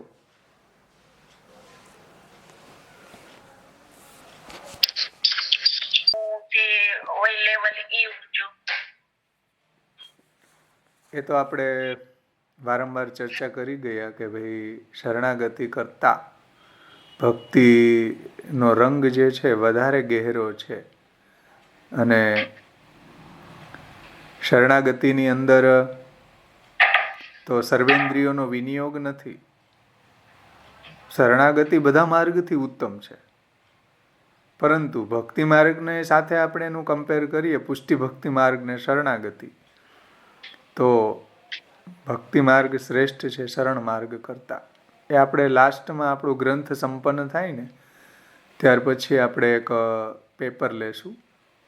સાધના પ્રણાલીની એક સેમિનાર થઈ હતી, એમાં એ પેપર આપેલું છે, જે શ્યામબાવાશ્રીએ પંચશ્લોકી ગ્રંથ જ્યારે ભણાવ્યો, એમાં જે શરણાગતિનો વિસ્તાર સમજાવ્યો છે.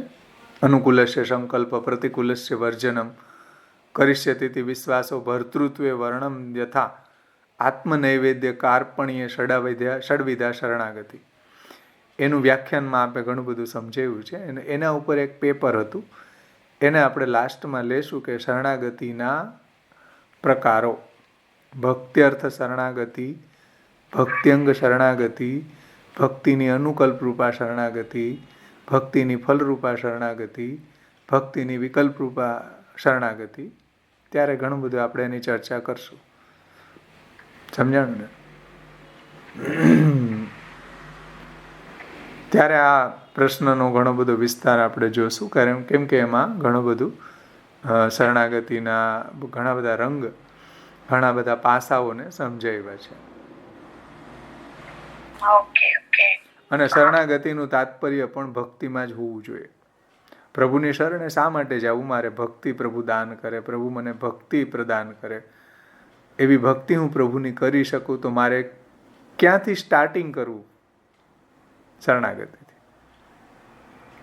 એના માટે એ જ શરણાગતિ એટલી જ ઇમ્પોર્ટન્ટ છે. જે ભક્તિ કરી રહ્યા છે, જેનામાં જે પ્રથમ ભક્તિ કરી રહ્યો છે, તો એના અંગતયા શરણાગતિ આવશે, ભક્ત્યંગ શરણાગતિ આવશે. કે ભાઈ હું પ્રભુની ભક્તિ કરું છું તો શરણાગત તો હોવો જ જોઈએ ને.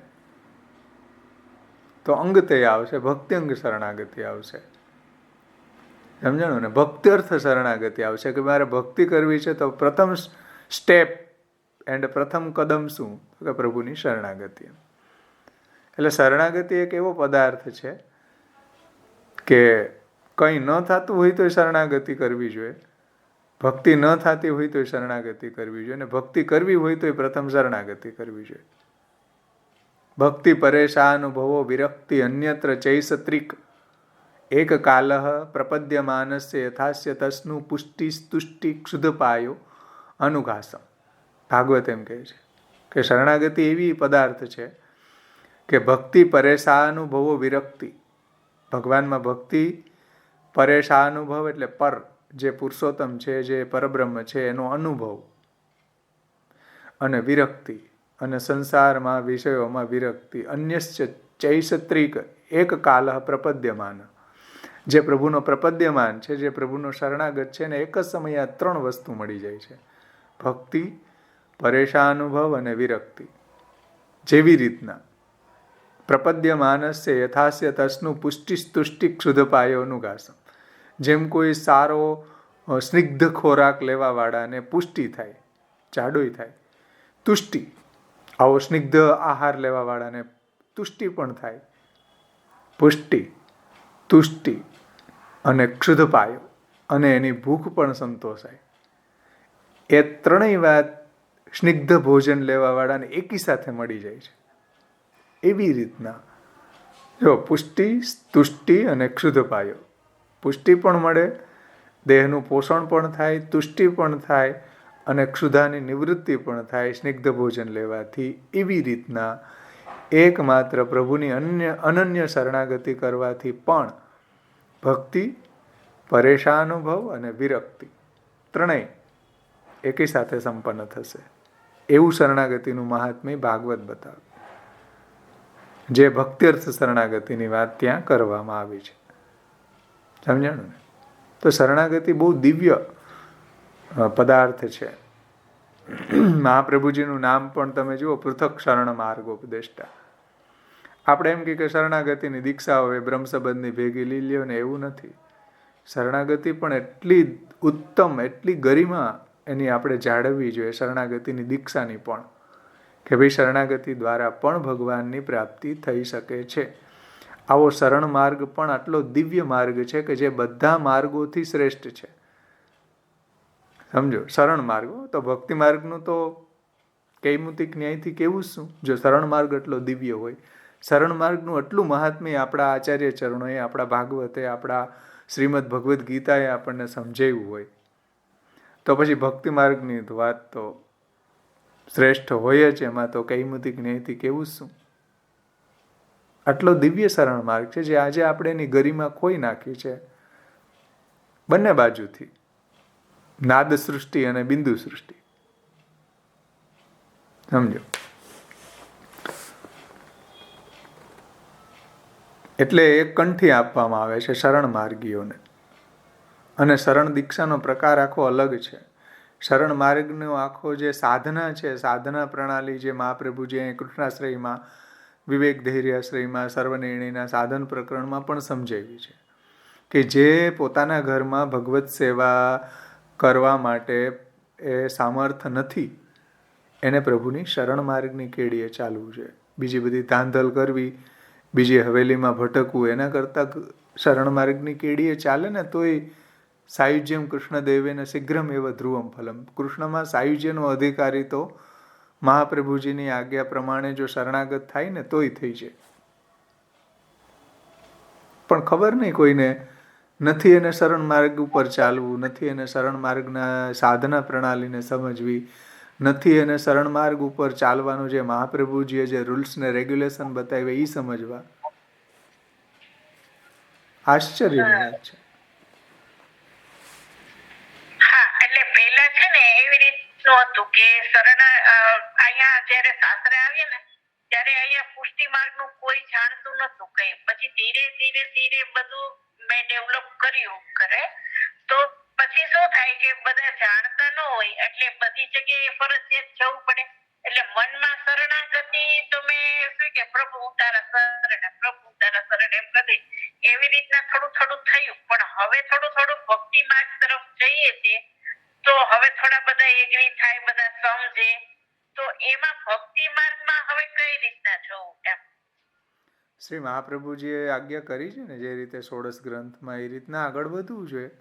શરણાગતિ આપણી દ્રઢ થયા પછી સમર્પણ તરફ વધવું જોઈએ, બ્રહ્મ સંબંધ લઈને ભગવત સેવા પરાયણ તરફ વધવું જોઈએ. એ કરી ન શકતા હોય તો ભાગવત, ભગવત ભક્તોનો સંગ, કથા ગુણગાન દ્વારા પણ આપણો બીજભાવ દ્રઢ થઈ શકે છે. શરણાગતિ પછી આગળ વધવા માટે, પ્રભુના મહાત્મ્યને સમજવા માટે કથા, સત્સંગ, ભાગવત, મહાપ્રભુજીના ગ્રંથોનું ઉગાન કરવું જોઈએ. પછી આગળ જઈને ભગવત સેવા પરાયણ થવું જોઈએ. શાસ્ત્રમ અવગત્યમ મનોવાગ દેહે કૃષ્ણ સેવા.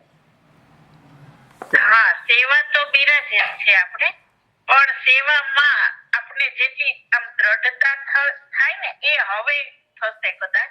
આ દિવસે પ્રભુ આરોગતા હોય કે ખબર નથી, પણ એ બધું આરોગતા હોય કે ખબર નથી એવો વિશ્વાસ પુષ્ટિ માર્ગમાં ન કરવો જોઈએ. જો મહાપ્રભુજીના સિદ્ધાંત પ્રમાણે કોઈ ભક્ત પ્રભુને ભોગ ધરે છે તો ગુસાઈજી એમ કહે છે કે યસ્માદ અસ્મિન સ્થિતો યત કિમપી કથમપી ક્વાપ્યુપાહર્તૃમિચ્છ તદ્ધા તદ ગોપિકેશ સ્વવદન કમલે ચારુ હાસ્ય કરોતી. જે કોઈ આ માર્ગમાં સ્થિત રહીને, તમારું થોડું મ્યુટ કરશો, કોઈનું મ્યુટ ખુલેલું છે. હા, ધન્યવાદ. તો જે કોઈ આ માર્ગમાં યસ્માદ અસ્મિન સ્થિતો, મહાપ્રભુજીની આજ્ઞા પ્રમાણે જે કોઈ આ માર્ગમાં ચાલે છે એનો અંગીકાર કરાવેલી કોઈ બી વસ્તુ કોઈ પણ જગ્યાએ ઠાકોરજી લીલા પરિકર સાથે એનો અંગીકાર કરે છે. યસ્માદ અસ્મિન સ્થિતો યત કિમપી કથમપી ક્વાપી ઉપાહર્તૃમ ઇચ્છતે ધા તદ ગોપિકેશ સ્વવદન કમલે ચારુ હાસ્ય કરોથી. પ્રસન્નતાપૂર્વક અંગીકાર કરે છે. આપણા વાર્તા પ્રસંગોમાં જુઓ, કુમનદાસજીએ કેરીઓને અંગીકાર ઠાકોરજીને અરોગાવી. સામર્થ્ય નહોતું લેવાનું તો પ્રભુએ અંગીકાર કરીને.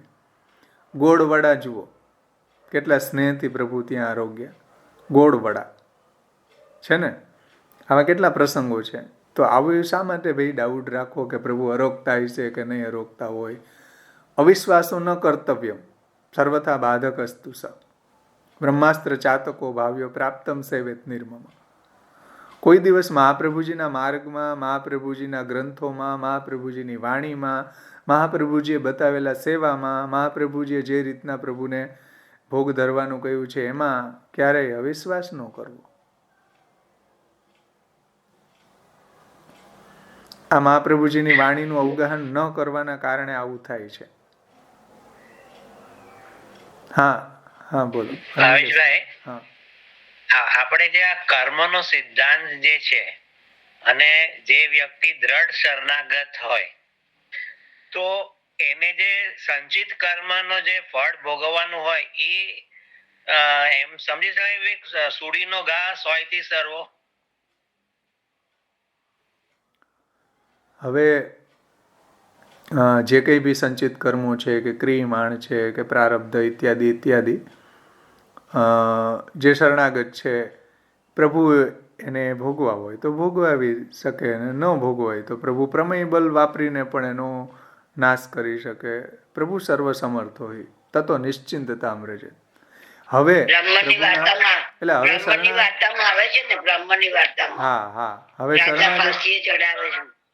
તો હવે શરણાગત થયા પછી એવી ચિંતા પ્રારબ્ધ કર્મની કે ક્રિયમાણ કે જે કંઈ બી છે કર્મો એની ચિંતા ન કરવી જોઈએ. પ્રભુ સર્વસમર્થ છે એ બાબતમાં હવે જીવે ટેન્શન ન લેવું જોઈએ. જે કંઈ બી હશે એ પ્રભુ હવે બધું સંભાળી લીધું, આપણે પ્રભુને સોંપી દીધું, પ્રભુને શરણે ગયા, તો એની ચિંતા હવે આપણે નહીં કરવી જોઈએ. હા, એટલે તો પ્રભુ સર્વસમર્થ હોય. હા, અને કદાચ પ્રભુને એવી ઈચ્છા થાય કે ચાલો આની પાસે આનું જે પ્રારબ્ધ કર્મ છે કે એ મારે એને ભોગવાવું, તો એ પ્રભુ એક લીલા કરી રહ્યા છે આપણી સાથે. પ્રારબ્ધ કર્મ ભોગવવાની કે નહીં ભોગવવાની કે સ્વપ્ન દ્વારા એને ખતમ કરી દેવાની પ્રભુની લીલા છે. કેમ લીલા ભાવના ન કરીએ આપણે એવી? અને છે ભાવના કરીએ એટલું જ નહીં છે તો આપણે એ રીતના પ્રભુ આપણી સાથે એવી લીલા કરે છે. જેમ સેવા લેવાની લીલા કરે છે એમ આપણી સાથે આવી પણ લીલા પ્રભુ કરે છે. સમજાણું ને? અને એક વાત જે હમણાંની પહેલા બેને પૂછી કે આપણા ઘરના જે લોકો છે એના ભેગું જવું પડે. ઘણી જગ્યાએ ઘણા વૈષ્ણવની આ ખાસ કરીને બહેનોની આ પ્રોબ્લેમ છે કે ભાઈ રવિવારે શિવજીના મંદિરે લઈ જાય છે કે ગણેશ ચતુર્દશીના દિવસે ગણેશજીના લાડવા કરવા પડે છે. તો કરે એમાં શું વાંધો ભાઈ? આપણા ઘરવાળાને આપણા ઠાકોરજીને ભોગ ધરી દે પહેલાં, પછી આપણે એને આપવા જોઈએ. શું વાંધો એમાં લાડવા બનાવવામાં? ચતુર્દશીના દિવસે, પણ આપણે ગણેશજીના નિમિત્તે ન બનાવીએ, આપણે આપણા ઠાકોરજીના નિમિત્તે બનાવીએ. ઘરની અંદર કોઈ એવી ડિમાન્ડ કરી રહ્યા છે, કોઈ ગણેશજીના ભક્ત છે, તો આપણે આપણા ઠાકોરજીને પહેલાં ધરી દે, પછી ભલે એને જે ધરવું હોય કે જે કરવું હોય એ કરે. એમાં કોઈ અન્યાશ્રયનો દોષ નથી. પછી ઘણાને જાવું પડે તો એમાં કોઈ અન્યાશ્રયનો દોષ નથી. કેમ કે સ્વતોગમન નથી. એ મહાપ્રભુજીએ વિવેક ધૈર્યાશ્રયમાં કહ્યું કે સ્વતોગમન અમે વચા. સ્વતોગમન એટલે સામે ચાલીને ન જવું. સ્યો મોટો આપણી ઈચ્છાથી, આપણા ઈચ્છા જ્ઞાન અને પ્રયત્નથી જઈ રહ્યા છે તો અન્યાશ્રય છે. તેથી કોઈ પણ કાર્ય જે છે, તમે જ્યારે તમારી ઈચ્છાને વિરુદ્ધ કોઈ કરાવી રહ્યું હોય તો એમાં અન્યાશ્રયનો દોષ નથી. કેમ કે ઈચ્છા જ્ઞાન અને પ્રયત્નથી જ્યારે આપણે કોઈ કાર્ય કરીએ ને ત્યારે એ ક્રિયા ન રહી જઈને કર્મ બને છે. તમે ચાલ્યા જઈ રહ્યા છો, તમારા પગ નીચે કોઈ કીડી મરી ગઈ, તમારી ઈચ્છા મારવાની ન હતી, તમને જ્ઞાન પણ છે કે હિંસા ન કરાય, અને તમે એને મારવા માટે પ્રયત્ન પણ નથી કર્યો, તો એનું પાપ તમને નહીં લાગે. કેમ કે ક્રિયાની અંદર એ મરી છે, કર્મ નથી. એ ઈચ્છા જ્ઞાન અને પ્રયત્નથી જો કરેલું હોય તો એ કર્મ પાપ કે પુણ્ય ઉત્પન્ન કરે. એવી રીતના ફોર એક્ઝામ્પલ, તો એવી રીતના તમે તમારો ઘરવાળો શિવજીનો ભક્ત છે ને તમને રવિવારે તમે ફરવા ગયા ને તમને શિવજીના મંદિરમાં જવું પડે એની સાથે સાથે, તો તમે ઈચ્છાથી નથી ગયા, તમને જ્ઞાન પણ છે ને તમે પ્રયત્ન પણ નથી કર્યો, તો અન્યાશ્રયનો દોષ તમને નથી લાગ્યો. તમે ક્રિયા એક કરી રહ્યા છો બીજાને વશ રહીને. એવા આપણે ત્યાં પ્રસંગ છે ને કે શેઠ પુરુષોત્તમ દાસજીને શિવજીએ આજ્ઞા કરી તો ભાઈ પ્રસાદ લેવડાવવા માટે ગયા, અને પછી એનો એ ભાવના પણ કરી કે પાર્વતી પતિએ નમઃ. તો એ પાર્વતી પતિએ નમઃ તો ગોકુલનાથજી છે. તો આવું કંઈક રઘુનાથજીના પત્ની ને, એટલે વહુજી પાર્વતીજી કોનું નામ છે? પાર્વતી વહુજી ગોકુલનાથજીના પત્ની. પાર્વતી પતિ નમ એટલે ગોકુલનાથજીને વંદન કર્યા. તો આવી એની ભાવના હતી. ભલે ને કે લોકને તો એવું લાગે કે શિવજીને નમસ્કાર કર્યા છે ને વાર્તા પ્રસંગ. કર્મનું કીધું ને તમે, પાછું એકવાર કહો ને એટલે થોડું ક્લિયર વધારે થાય. આ નિલેશભાઈના ક્વેશ્ચનનો આન્સર જે આપ્યો. હા, એટલે કહું ને કે ક્રિયા છે એક અલગ વસ્તુ છે, એનો દોષ જીવને નથી લાગતો ક્રિયાનો. પણ જ્યારે એ કર્મ બને ને, જ્યારે કર્મ ક્યારે બને? જ્યારે આપણે એને ઈચ્છા જ્ઞાન અને પ્રયત્નથી કરીએ ત્યારે એ કર્મ બને છે, ક્રિયા. સમજાણું ને? જેમ શ્વાસોચ્છ્વાસ, હવે બધા મ્યુટ કરજો. શ્વાસોચ્છ્વાસ આપણે લઈ રહ્યા છીએ, એક ક્રિયા છે, કર્મ નથી. પછી જ્યારે આપણે એને અનુલોમ વિલોમ કે રામદેવજી બાબા જે રીતના આપણને એને રોકવાનું કહે તો એ કર્મ બની ગયું. પછી ઈચ્છા જ્ઞાન અને પ્રયત્નથી કોઈ પણ વાત કર્મ બને છે. એવી રીતના આપણે કોઈની સાથે કંઈ કરવું પડી રહ્યું છે તો આપણે ઈચ્છા જ્ઞાન અને પ્રયત્નથી નથી કરતા. સમજાણું ને?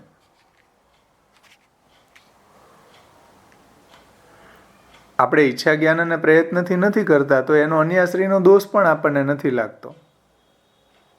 કેમ કે આપણી ઈચ્છા પણ નથી, આપણને જ્ઞાન પણ છે અને આપણે પ્રયત્ન પણ નથી કર્યો અન્ય દેવી દેવતાના મંદિરે જવાનો. આપણે આપણા પતિ ભેગા ગયા છે, આપણે એની પત્ની છીએ, તો એની આજ્ઞા પ્રમાણે ઘણી વખત રહેવું પડે.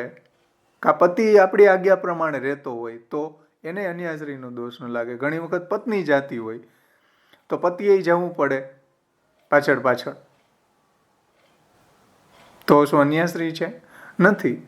એ સિવાય ઘણી વખત આપણે મુસાફરીમાં કે કોઈ પ્રવાસમાં ગયા હોય કોઈની સાથે, તો ત્યાં પણ કોઈ મંદિરની અંદર ગયા તો આપણે કંઈ સામે ચાલીને નથી ગયા, તો આપણે ત્યાં જઈને ભગવત સ્મરણ કરવા જોઈએ. અન્ય દેવી દેવતાઓને, ભગવાનના સેવકો છે, ભગવાનના લોકપાલો છે, એના પ્રત્યે આપણને ધૃણાનો ભાવ ન હોવો જોઈએ. ધૃણાનો ભાવ જો સામાન્ય મનુષ્યની સાથે ન હોવો જોઈએ તો દેવી દેવતા જે ભગવાનના લોકપાલો છે, જે ભગવાનના સેવકો છે, એની સાથે શા માટે ભાઈ? કે જે મોટાભાગના મરજાદી લોકો, મૂર્ખાઓ કે અન્ય દેવી દેવતા પ્રત્યે ધૃણાનો ભાવ પ્રગટ કરે છે, દ્વેષનો ભાવ પ્રગટ કરે છે, કે શિવડાવું એમ ન બોલાય, શિવનું નામ ન બોલાય. આમાં મૂર્ખાઓનો કોઈ પાર નથી. પુષ્ટિ માર્ગમાં ખબર નહીં ક્યાંથી આવી ગયા બધી ભામ મહાપ્રભુજીને સમજ્યા વગર. શા માટે ભાઈ અન્ય દેવી દેવતાનો દ્વેષ કરો છો? અન્યાશ્રી ન કરવો એનો મતલબ એવો થોડો છે કે અન્ય દેવી દેવતાનો તિરસ્કાર કરો કે અન્ય દેવી દેવતા પ્રત્યે ધૃણાની ભાવના રાખો. ભગવાનના લોકપાલો છે, ભગવાને એને ડ્યુટી આપેલી છે, ભગવાનના સેવકો છે, સાથે ભગવત સ્મરણ કરો. શા માટે ભાઈ એની સાથે દ્વેષનો ભાવ રાખો? એ પણ ભગવાનને પસંદ નથી. ના, તો આપણે જયારે જ્ઞાન ઈચ્છા અને પ્રયત્ન વગર જયારે કોઈ કર્મ કરીએ એ તો બાધક નથી થતું. પણ આ કર્મ જે બાધક થાય છે, જે હમણાં કીધું કે સંચિત કર્મ છે કે કર્મનું પ્રતિફળ, ભલે આપણે એને માનીએ નહીં. જયારે તમે એમ સમજાવ્યું કે પ્રભુ ઈચ્છા જે બલી હશે જેના, એટલે એ રીતે આપણે સમજીએ, એને થોડું ક્લિયર કરો ને બરાબર. એટલે જે કંઈ બી પ્રારબ્ધ છે કે સંચિત છે એની ચિંતા ન કરવી. ભગવાનને શરણે ગયા પછી પ્રભુની શરણાગતિ સ્વીકારી લીધી આપણે. પ્રભુના શરણાગત છે, આ પ્રભુને જેમ ઈચ્છા હશે એમ કરશે. ભાઈ ભોગવાવું હશે તો ભોગવાવશે, નહીં ભોગવવું હોય તો નહીં ભોગવાવે. સ્વપ્ન દ્વારા ભોગવાવું હશે તો સ્વપ્ન દ્વારા ભોગવાવશે. એનું ટેન્શન લઈને આપણે શું ફરવાની જરૂર છે ભગવાનની શરણાગતિ કર્યા પછી? એટલે જેવી કઈ થાય છે ભગવાનની લીલા પ્રમાણે છે સ્વીકારવાનું. હા, પ્રભુને શરણાગતિ તો જ થઈ ને. પ્રભુની શરણાગતિ તો જ થઈ. હા, એ સ્વીકૃતિનો ભાવ જરૂરી છે. તો પ્રભુની શરણાગતિ આપણી દ્રઢ થશે. મારા ઠાકોરજીની ઈચ્છા એવી છે, જે આના પછીનો આપણે ગ્રંથ લેશું, અશક્ય એવા સુશક્ય એવા સર્વથા શરણમરી. વિવેક ધૈર્યાશ્રયમાં મહાપ્રભુજી કહે છે કે ભાઈ કોઈ કાર્ય આપણાથી સંપન્ન ન થયું તો પ્રભુને આપણા દ્વારા નથી કરાવવું. અને કોઈ સંપન્ન થયું તો આપણે એમાં એવું અહંકારી નહીં કરવો કે મારા સામર્થ્યથી થયું ને મેં આમ કર્યું ન હોત તો ન થાત ને. ન્યાય અહંકાર કરવાની જરૂર નથી.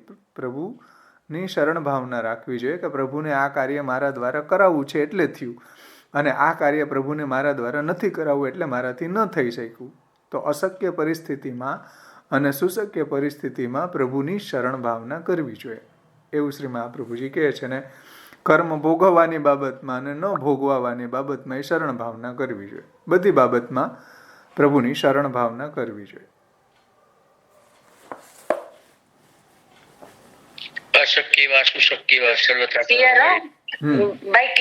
બરાબર.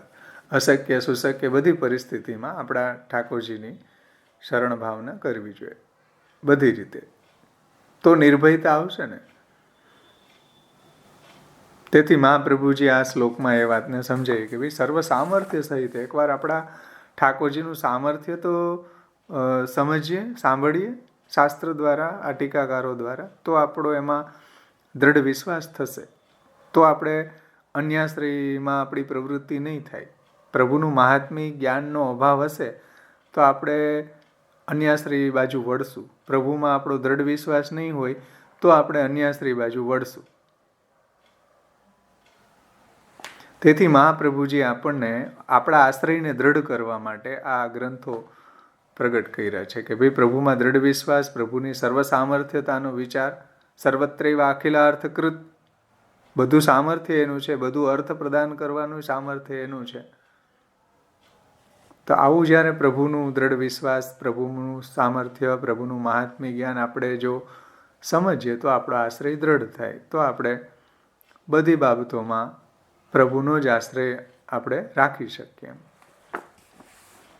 એટલે મહાપ્રભુજીએ વિવેક ધૈર્યાશ્રય, કૃષ્ણાશ્રય આ બધા ગ્રંથોને સમજાવ્યા છે. તો અહીંયા સુધી આપણે રાખીએ, આપણો સમય થઈ ગયો છે. ભાવેશભાઈ, એક રિક્વેસ્ટ કરું. આ